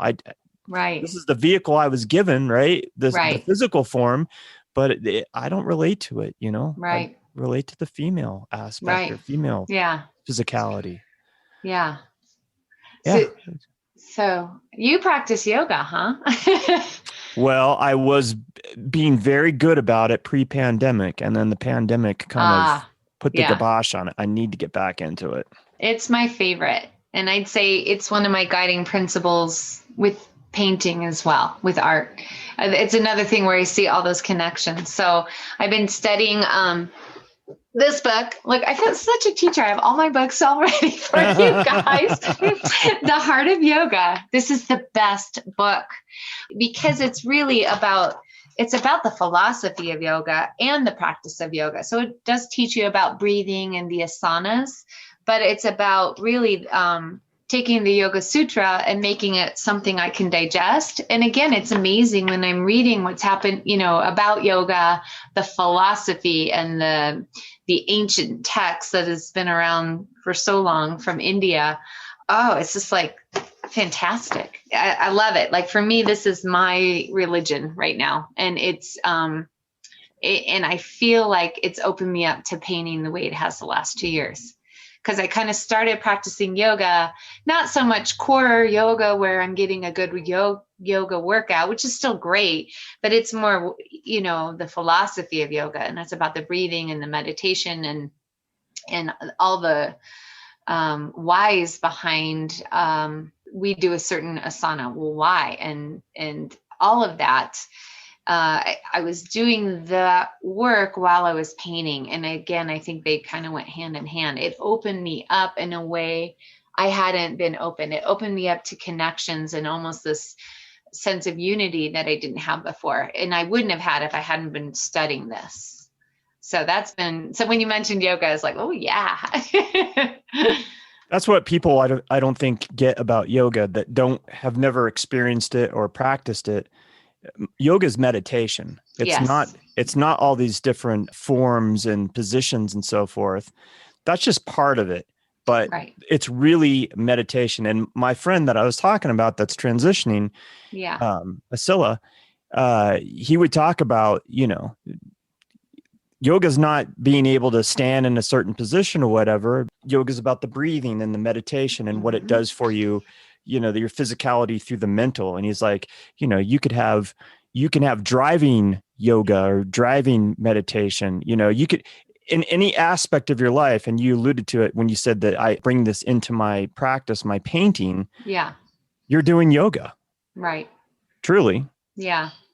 Yeah. And it really, now I want to go take I wish Asila was here because I would love to go do a class with him because I think you'd really appreciate her. I think you'd really appreciate her philosophy and her idea behind the whole practice. Yeah. Yeah. You kind of talked about before some of the people that inspired you, and you talked about the utilization of music in your practice. What are other things that help inspire your art?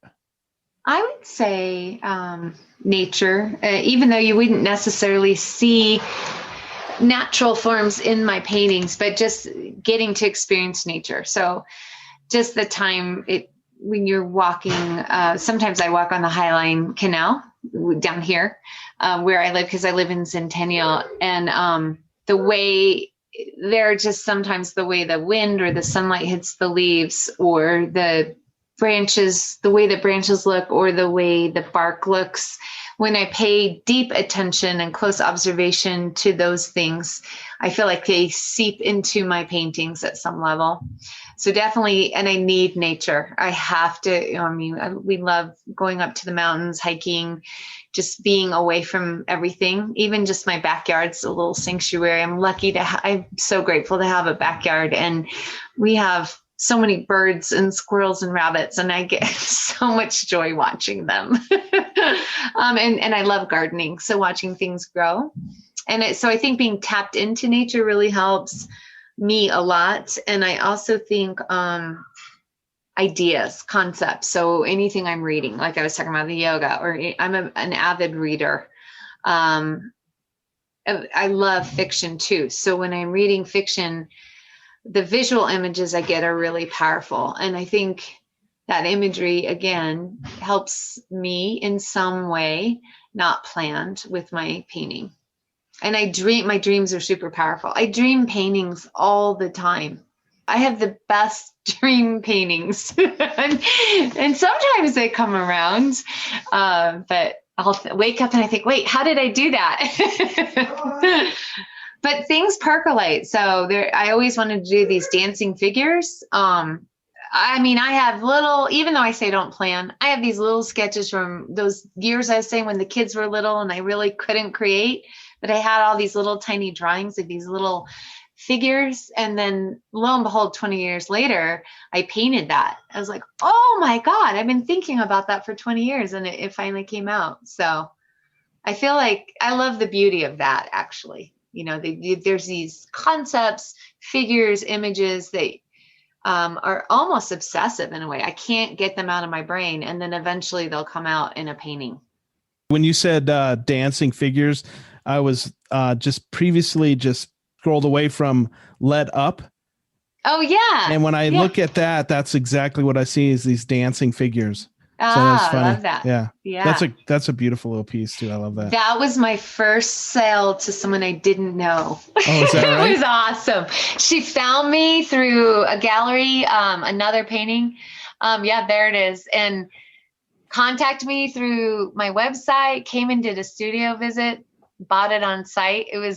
But you know what I loved about her is she came in and she wanted to know the story behind the painting, which I told her. And she just said, yeah, this is it. I want it. And it's in her home. It looks beautiful. Nice. We actually my husband and I went and helped her hang it. It was a fun experience. So how big a piece is it? It's a 40 by 40. 40 by 40? Okay. Yeah. Or it might even be 48 by 48. It's pretty good size. Yeah. And that is mixed media. Okay. And I know I feel like I've been talking your ears off, but the story behind it real quickly is when I retired from teaching, all those little rectangles that you see, those were notes from students. So when I retired from teaching, the whole school, it was really cute. They all got this bright color piece of paper and it just said, Mrs. Davies, when you retire, you should, and they'd fill in the blank. Like it was just for fun.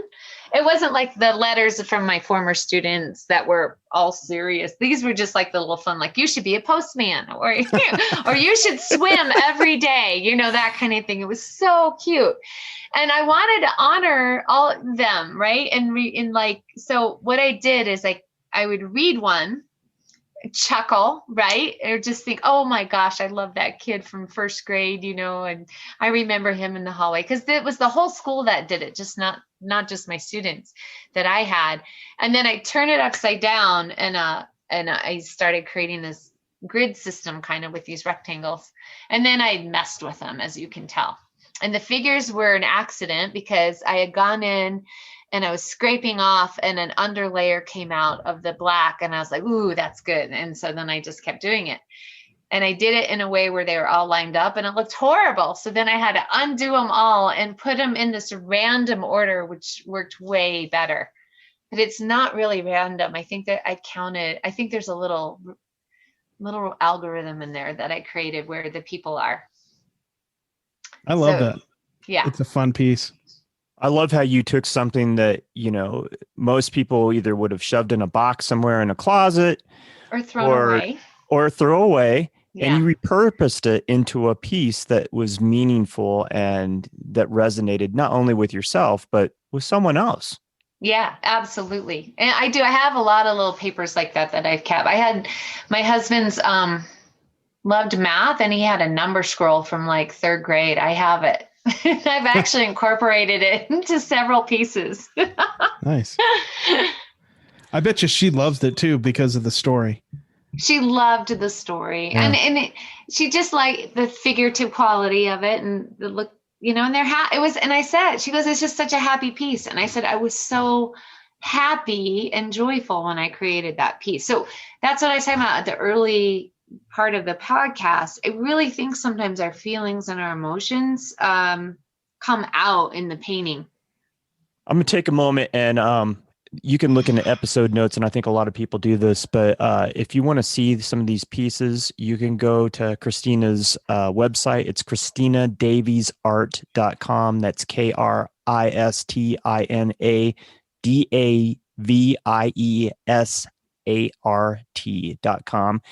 And if you want to look at her Instagram, it's the same thing. It's at Kristina Davies Art. So check those out.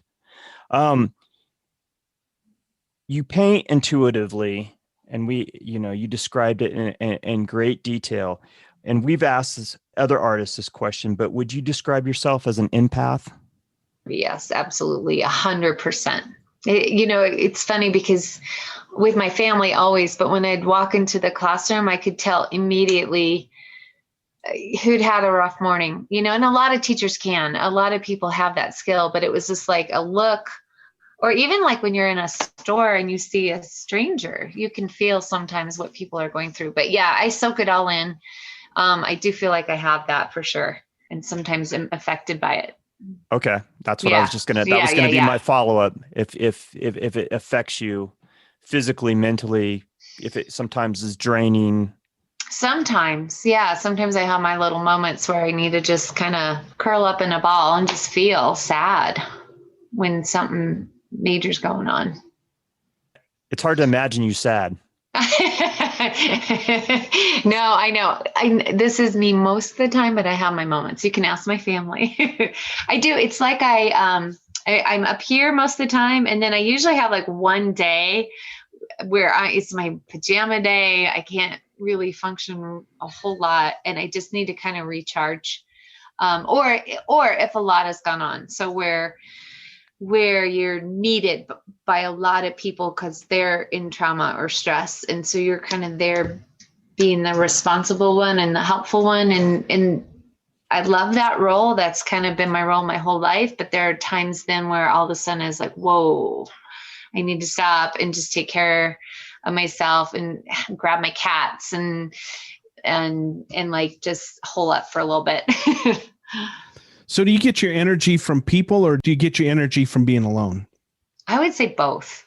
Okay. It's funny. I used to only get energy from people. I mean, extrovert to a really big extrovert, right? And only would get energy from people, hated being alone. But as I've aged, I would say it's maybe more like 60-40. 60 with needing people and love, like going to events and being around people, meeting new people. But then I also really need my alone time now, more so than I used to. Well, I think everybody does. I think you have to have some form of balance, but I think a lot of people misunderstand what it means to be an extrovert or an introvert, and it's really about where you draw your energy. If you're an introvert, you can be in big crowds and be at a chamber mixer or whatever, but when you're done there, you're going to be exhausted. Wiped, right? Yes. I'm obviously an extrovert, but I'm a shy extrovert. When I'm in a new environment, sometimes I feel uncomfortable. But when I leave a gathering, I am on cloud 9. Yeah, because I've just pulled so much energy from being around other people. And so anyway, I've just always, when he asks about being empathic or not, I'm wondering, like, extrovert versus introvert, but I kind of figured you were probably more extrovert than introvert. Yes. So. Yeah, I would say I am, but I definitely need that. I still would say I get more energy from being around people. So like go ahead. Go ahead. No, I was just saying the other night I had an opening at the Thrive Ballpark. And that Todd came too. That was so fun. And when I came home, I was like, wow! I was just so excited. And it was so much fun. I loved it. Yeah. And I was going to say, so when you're, doing your art, are you doing a lot of solitary work for long stretches or? Yeah, I would say that's interesting. I am always pretty much alone during that time. And I love that. But I also have one of my best friends, Angela, just catty corner for me. And she's there a lot. And she's also an amazing abstract artist. And so, we'll just the rule is in our studios, doors are closed, means everyone's engaged in the flow. But if your door's cracked or open, you can go in. And so I'll usually text her and we'll usually connect when both of us are in a place where we're not in the flow necessarily, because you never want to mess with someone when they're in that place, right? Right. And then my other favorite thing to do I do love painting alone, and that's most of the time, but is to have people come in and paint with me. That's a blast. I love that, because then you respond to each other and you learn from each other. And so, for instance, I'm going to have a friend, he was just telling me how he wants to learn mixed media. He hasn't done that yet. I'm like, all right, well, come on over next week and we'll do that together. And what's really cool is when you can create a piece together. I just love that. It's so fun. Yeah. So I was going to ask, do you do a lot of collaborative work or much of that? Yeah, I mean, I'd love to do more. I'm actually going to have a collaborative piece at Redline here pretty soon. Like next week is a part of that project I was telling you about with the ArtCore mentor. I'm starting it, but I'm going to let people write on it in the gallery if they want to. So that'll be, I'm really curious how it's going to turn out. I think it's going to be amazing, actually. But we would do that at our Student League of Denver. Jeff would just get a big piece of butcher paper out and we would start working, and then we would work on the other persons, and you keep going. And then we just cut them up and use these as mixed media material for our paintings. So there are some paintings I have with other people's beginning works in it, which is so cool. I love that. Yeah, that's really cool. Yeah. What a great idea. Oh, it's fabulous. It's so fun. And what I really like is getting people who've never done abstract before into my studio. And they always leave having a different appreciation of it, because usually they just haven't allowed themselves to experience art like that. So that's another thing I like to do. I love it. Going back to the whole idea of socially engaged art, do you feel like artists are doing their job these days? Do you think that there are a lot of artists that are pushing us into a different realm, a different way of looking at the world and thinking differently? Absolutely. I just feel like almost everyone I've known recently, of the peers that I've learned from and gotten to know in the last just 2 years, they seem to all be doing something with their art in terms of awareness or educating or creating opportunity or accessibility. I feel like artists are so passionate, and it is about their art form, but it's also about how am I making change through my art? And every mentor at Redline is doing that by being a mentor, right? But they're also, one example would be an artist. Her name is Lindy Zimmer. She's a muralist here in Denver. Yeah. And so she's one of the ArtCore mentors, but she was doing a mural and just opened it up to the mentors and the mentees, the students. And so actually that was the first time I got to meet my mentee, was at the mural. And then we were all painting together, and it was so joyous. And, she didn't have to do this, but she wanted to. And I'd say most artists are about getting their art out there, or at least most artists I know in the Denver area are about doing something for the community and getting their art out there and engaging community and making it accessible to all people. So it's not this sheerly academic or maybe highbrow or elitist thing. It is accessible to everybody, and everyone can create art. So I would say I can't think of any of the artists I work with or know that aren't doing some form of that in some way. It sounds to me like you feel very strongly about your community here in Denver, and that the art community is very supportive. Yes. Oh, is that a question? Kind of. Well, I would say question. Yeah, well, just because I've met amazing people. I wouldn't be on this podcast with you guys at all if it weren't for all these other amazing people. I mean, so many people have been giving me opportunities. I could start with Leslie Jorgensen, who is a prolific landscape artist. She has her own gallery now in Salida. And she contacted me in 2017 because we knew each other through class at Art Student League of Denver, and said, hey, so I'm doing a show at Grace Gallery, and I am doing another show and I can't fill it all. Do you want to do a duo? do you want to show your work with me? And I was like, what? And I was teaching and I only had a couple pieces. And I said, yes. And I painted like a mad woman. We converted our dining room to my paint studio. It was hysterical.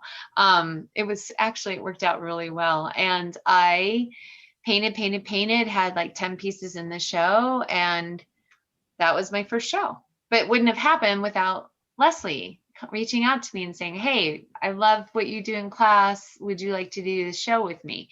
And so there's been these pivotal people just in these last couple of years along the way that have given me opportunities. So Richard Kalisher doing an article about me in New Magazine. And then that led to Weekend of the Arts, which then led to the fabulous group of people there. Brett, I call him Brett M.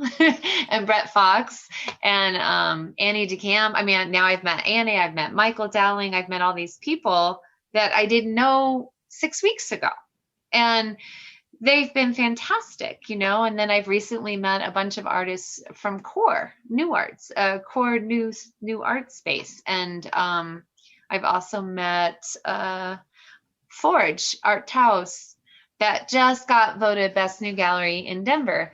And then he called me and said, hey, do you want to do the show at Thrive? My other artist, Bale. Yes, and yes. So my whole point is, it's been a super supportive community. I mean, and it's not to say I haven't had rejections, believe me. I'm going to post this on Instagram soon. I want to post my decline, not invited,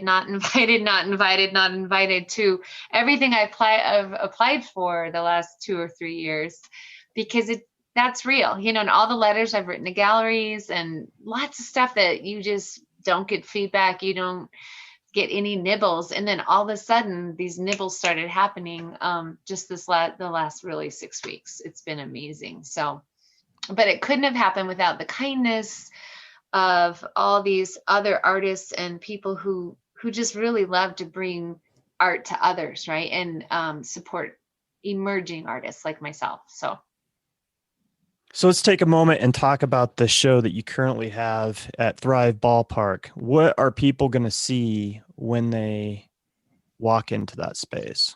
Well, so Thrive is a really cool, innovative space, and the lobby of it is they've been curating as a gallery space. And when you walk in, well, actually, they would be Jason, who goes by Forge. So Forge is in charge of the space. He's curating it for Thrive. And you'll just see my paintings all up in the lobby. And the main one you'll see a set of 3 big ones, deeply rooted. What's next to that one? I forget the name of that one for a second. My Flying Solo, which is one of my favorite ones, that was Lee Krasner inspired. That one, yes. I channeled a little inner Lee Krasner on that day. Or actually, that wasn't a day. And that was actually during the pandemic when we were all quarantined. But I remember looking at several of her paintings, and then I started that one's got like 20 layers in it.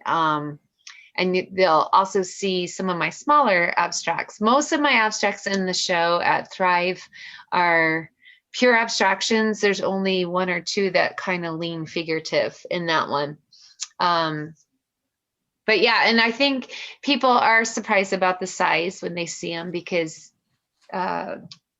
usually you just see them with dimensions, and it doesn't give you this on a little screen, and it doesn't give you this sense of when you see them in person. And I think too, you can kind of sometimes see the depth of the layers as you get closer to them as well.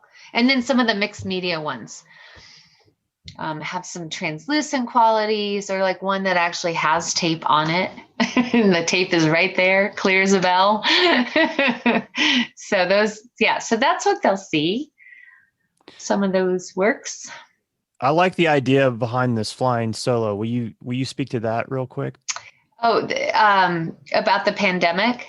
Yes. Yeah. So when I painted it, the first layer, I really did. I was just kind of channeling the fear and anxiety of what was happening. This was, remember, we all were there last March in April, when we really didn't know what was going on and no one could leave their homes. And it was unless you were an essential worker. And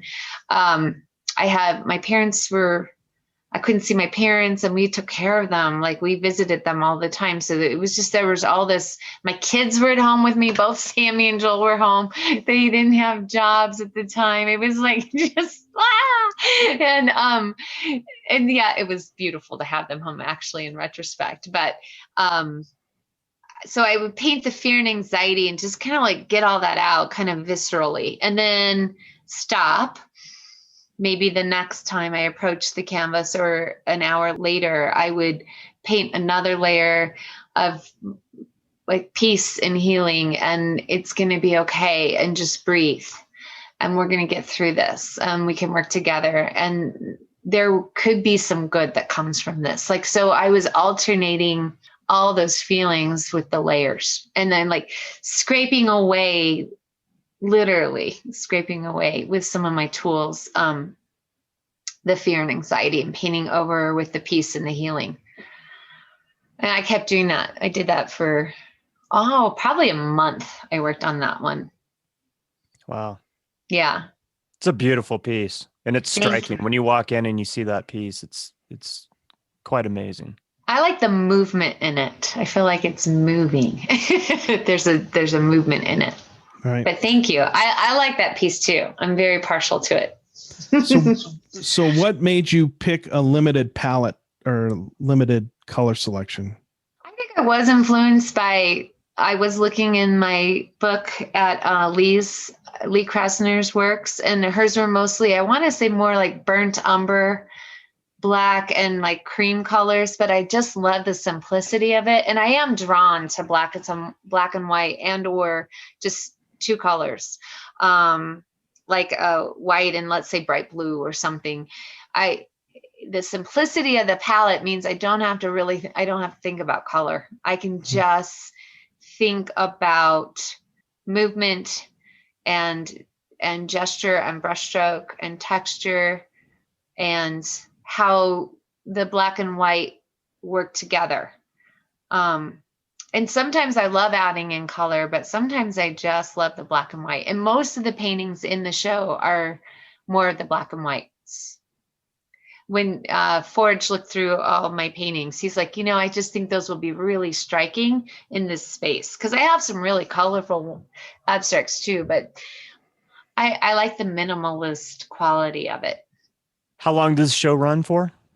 So that's going to be up through June 30th. We actually will have a closing party, we just found out, on June 18th, where I will raffle off one of my prints. So that will be fun.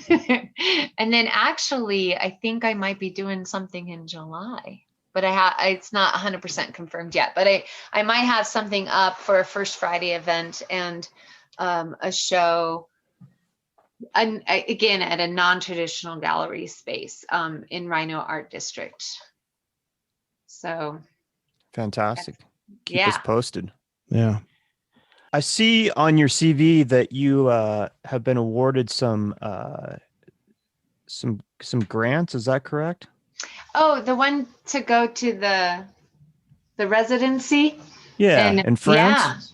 Yeah, so it's a residency in France called the Chateau d'Orquevaux. I might not be saying it right, and so we got to look that one up. That's why I was going to let you say it. I know everyone. The few people who know I'm doing this is like, okay, here's the deal. You have to learn the name of the town and the name of the residency. I'm like, I know, but it's Chateau d'Or.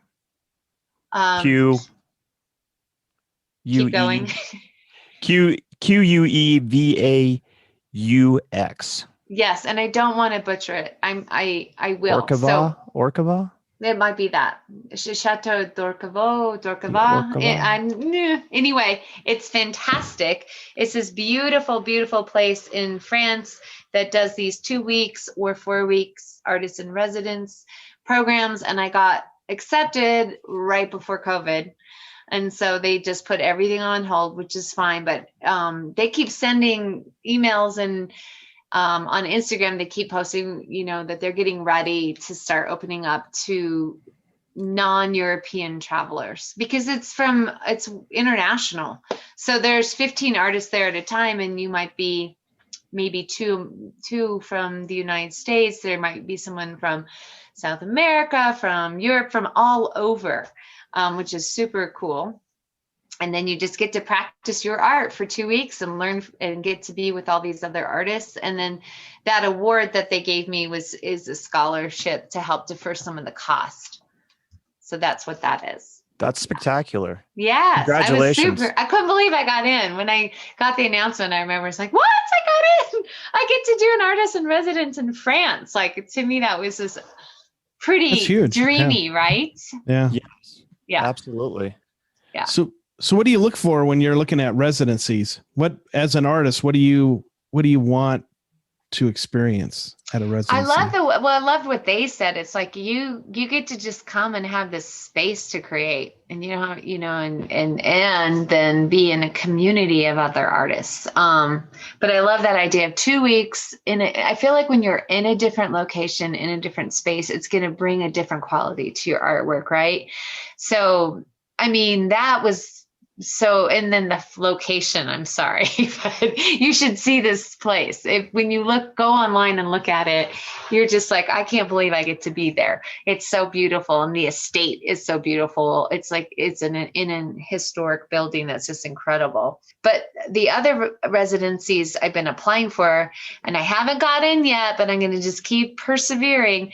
One is Platform in Denver, which I love because, again, you're working with students. So you would have a 6-week artist in residence program where you're bringing your art practice to it's mostly teenage students. And then again, there's a culminating show. So I've applied for that one a couple times, but it's very competitive, and they can get artists from all over the world. And I think they only have 4 per year. So that's a hard one to get into, but I'm going to just keep trying. And then Redline, I would die to be an artist in residence at Redline. It's 2 years.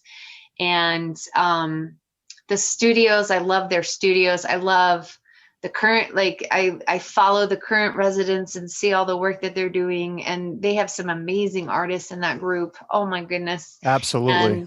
Yeah. So, and then, again, Redline has the whole mission of nonprofit arts, and that's my passion. So it would be, I feel like, a perfect fit. Yeah. Yeah. Now, have you been to France before? Oh yeah. But let's see, twice. So we went on our honeymoon, which was really fun a long time ago. And then, we had one of those days. So we had traveled to London with my youngest and, did the channel and had like the day in Paris. That's like a whirlwind, but it was still amazing. And then came back. But I love it there. Believe it or not, I did take French in high school. So I really should be able to pronounce the name of the residence. We just hope no one from there listens to this podcast. That will we do have good. listeners from France. Oh, so. shit. We have a listener from Cliché. I don't believe you. No, it's true. Oh, you really? Okay. Like every episode, I see that they've tuned in. So. Oh my goodness. This week we're doing a shout out to them as a matter of fact. Major shout out, actually. Yeah. Everyone. I'm anyway. So keep talking. So I was curious if you'd been to France, because I love France. I'd love to go back and experience it. Yeah, I love traveling. There's so many places I want to go to. So I would actually look for residencies in other places. I would. Right. There's one in Mexico City. I haven't done the research, but I would love to go down there.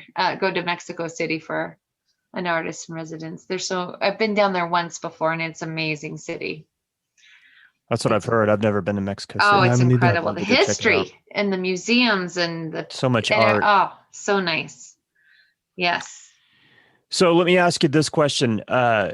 What do you do when you get rejected? Like, how do you process that?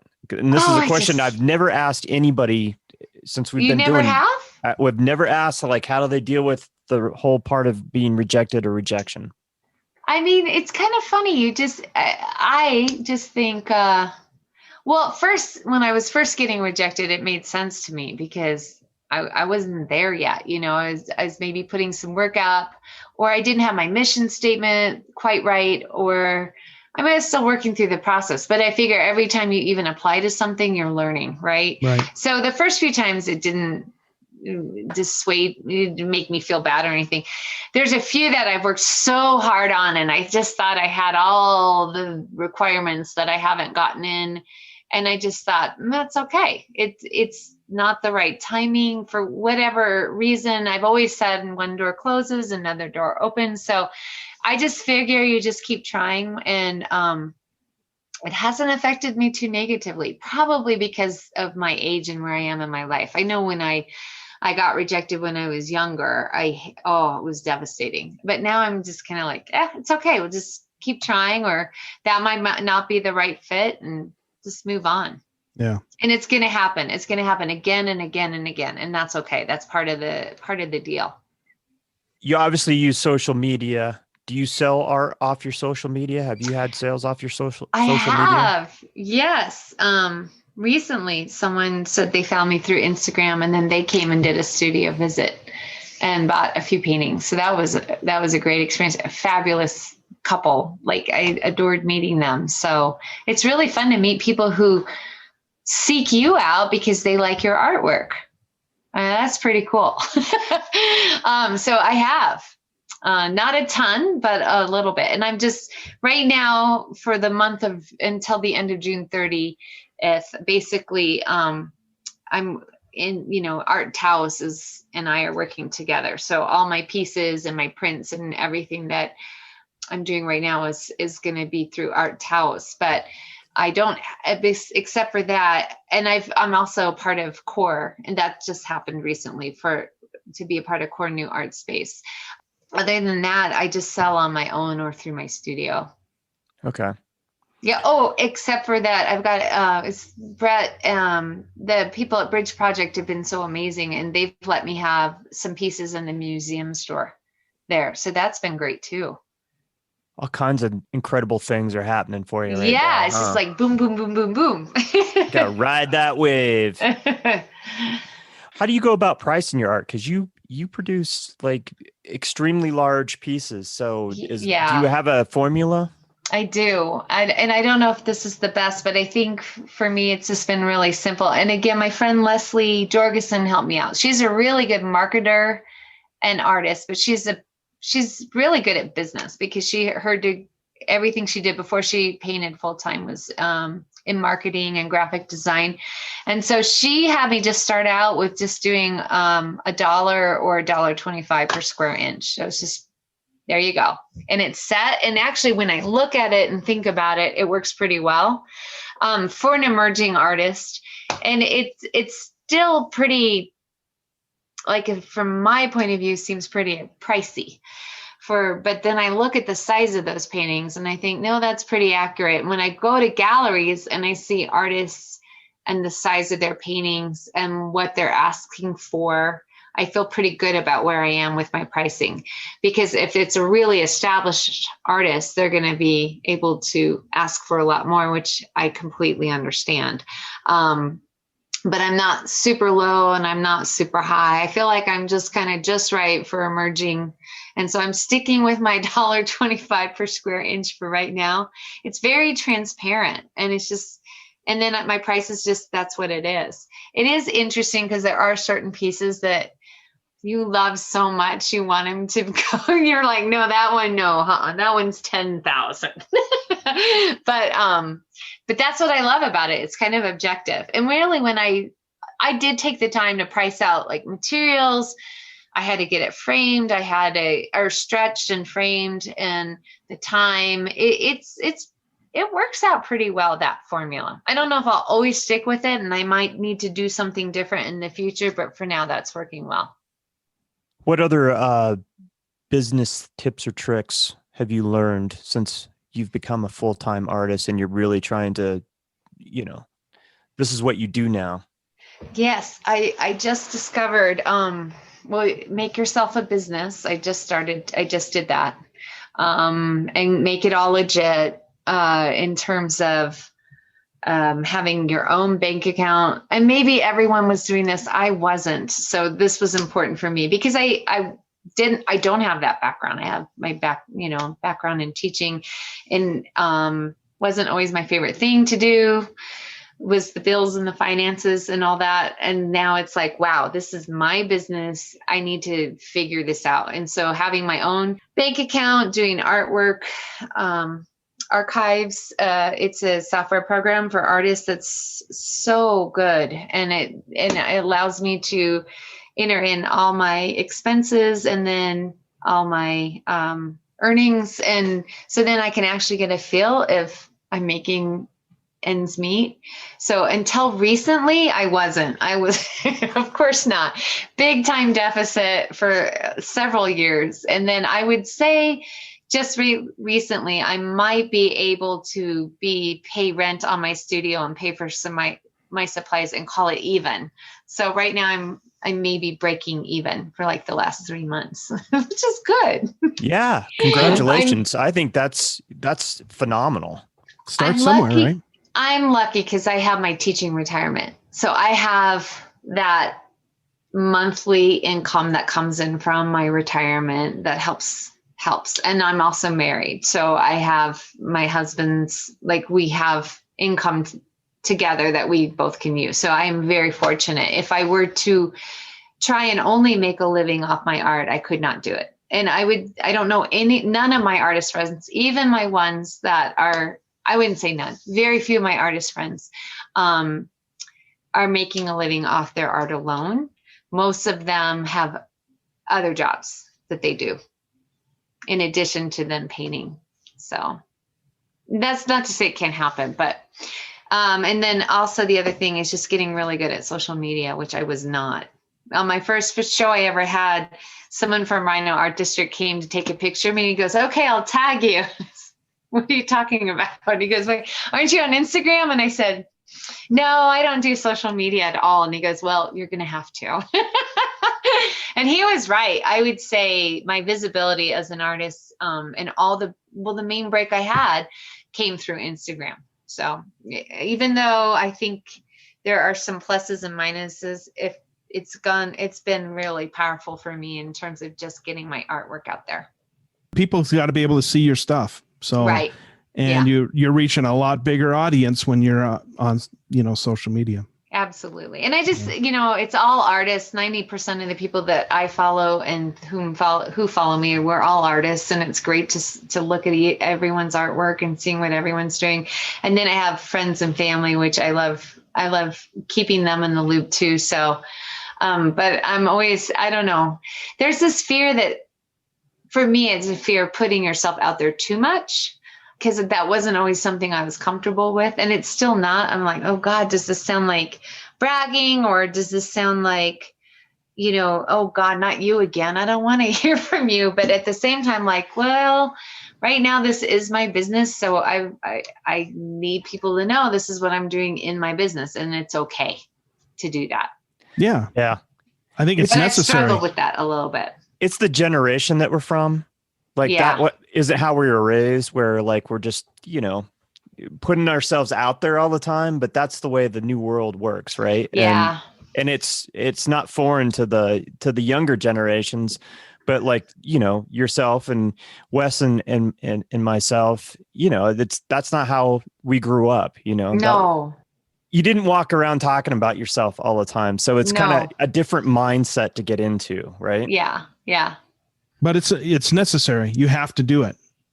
Well, if I hadn't, I wouldn't be talking to you guys, right? It's true. Right. Yeah. So I totally agree with that statement, and I'll keep doing it. But I needed, I got to the point where I had to make the more professional one, where it is really just more about my art career and not post like as many cat pictures and things like that. So I'll put those still on stories because those don't last as long, but the posts I'm trying to, and then I learned how to make the frames, get an app so that you can make your paintings and pictures look a little better. So I'm learning all this as I go. I just Google everything and figure it out. I'm right there with you, because we just literally launched our Instagram account after having it since we started, like in the last like month and a half. Oh yeah, because I've been following you guys. Yeah. It's very good. I really had to learn a lot, and I'm still learning a lot, just like yourself. Thank God my kids. I didn't know how to tag people. I didn't even know what that meant. And once I started doing that, that's when I started getting a lot more action. But my kids, when they come home, I'm like, could you show me this or this or this? And they help me. But I feel like I'm just so slow compared to them. And it's not intuitive at all. Nope. And you guys know what a dead giveaway is on our age when we're on our phones? Do you want to know what it is? You might not be this single finger texter. Do you use one finger or do you use all? I use my thumbs. You use your thumbs? I'm a thumbster. Thumbster. What about you, Todd? I'm trying to think of what I do. I think I use it. I think I'm a one finger person. Yeah. So if you ever look at anyone who's maybe, I don't know the age limit, but younger, they're going with both thumbs all the time. Yeah, and they're I'm super fast. I learned on BlackBerry. On BlackBerry. Did you have a BlackBerry? I did. That's why. Yeah. Oh, but it's just funny because there's just certain things I do that are not technologically savvy, but it's okay. It is okay. I've learned a lot, actually. I need to upgrade my website. And I actually might turn that over to someone because it's too much for me to keep up right now. Yeah. It's a lot between social media and just doing the work itself, and then everything else that comes along with it to maintain a website. And I'd say that 95% or more of artists, that's like where they drop the ball. It's their website. Oh yeah, absolutely. Yeah. Because we're looking at art all the time. So we run across, you're clicking on stuff that's dead links. It doesn't go anywhere. Right. The email doesn't work. Right. Whatever. Yeah. It's amazing. So yeah. Navigation is important. It is important. I feel like, my website's working okay, but I noticed I don't have prices on there. A lot of people are doing that now. Gotta have people prices. People even have the shopping carts. Don't tell me to contact you for pricing. Don't tell me that, because I want to know what I'm getting, right? Because it might, it's not because I just want to know, right? And it's not bragging if you put $4,000 on a painting. It's not bragging. This is your price.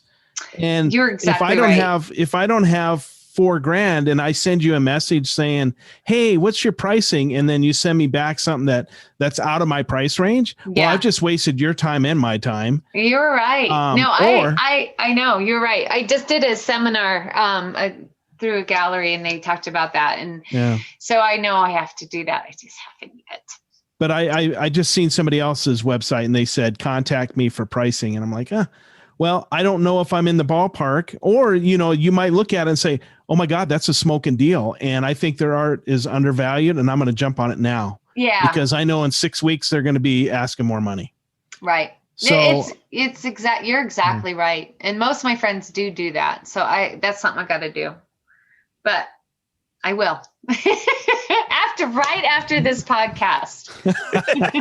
I'm going to get on there, get onto my Squarespace, find my freaking login somewhere and password. And I'm all about bartering. $500, 2 chickens and a goat, and the piece is yours. Yeah, I like bartering too. I mean, that is something that I would never survive in Mexico. I would never survive because I would pay top dollar for everything and I'd be broke. And they're all about, they like the deal. They like the, well, anyone who barters wants a good deal, right? Yeah. Yeah. I paid top dollar in Israel when I was there. And I know people were like, what an idiot. Yeah. Thanks. Yeah. How much is that? I don't have good bartering skills at all. Yeah. I cave like that. Yeah. Okay. Buying a car, top dollar. Okay. I'll pay it. Yeah. That's it. 54,000 for a Jeep. Yep. That's it. No.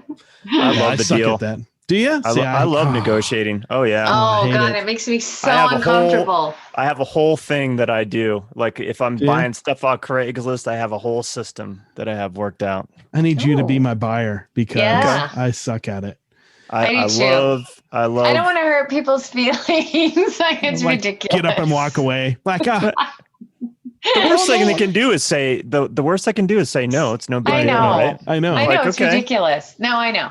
Either you want to sell it or you don't. And my here's what I'm husband is offering. very good at that. So Yeah. He knows how to do all that. So when I buy one of your pieces, we're gonna barter. We're gonna negotiate. Actually, no, that's not true.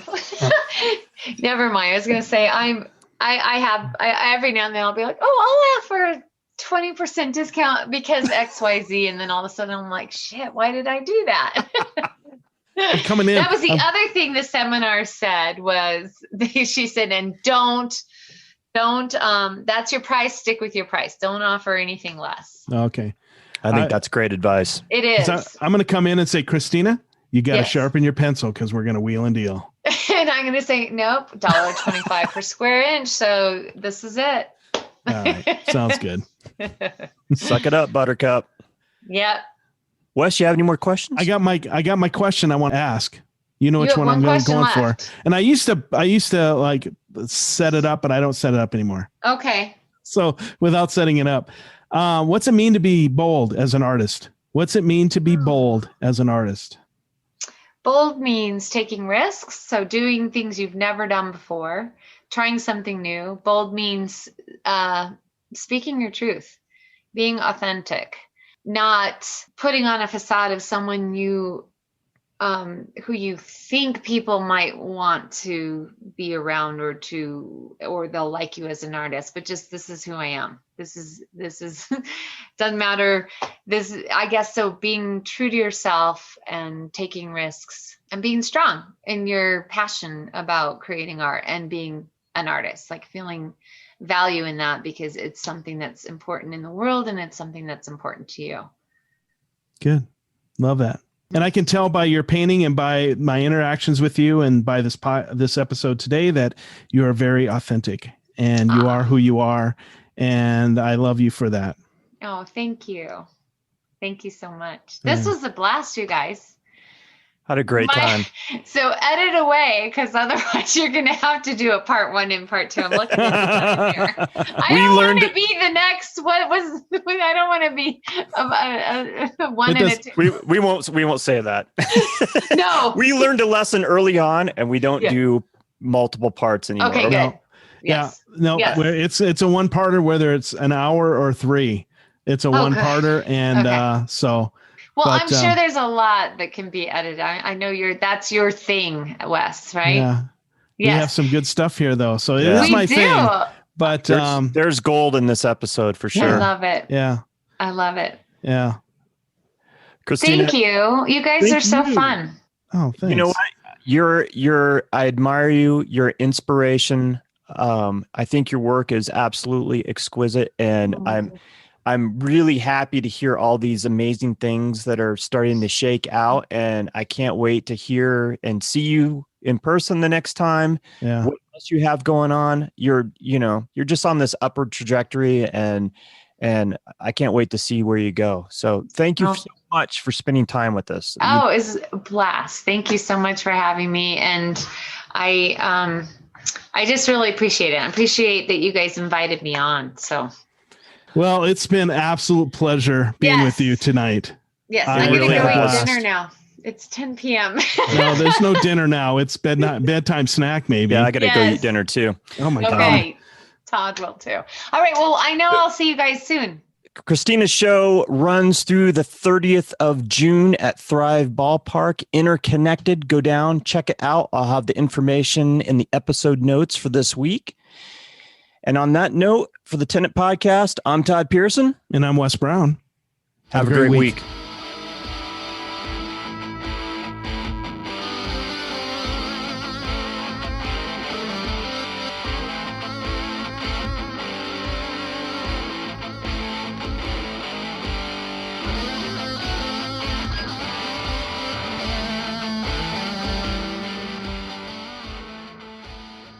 Château d'Orquevaux.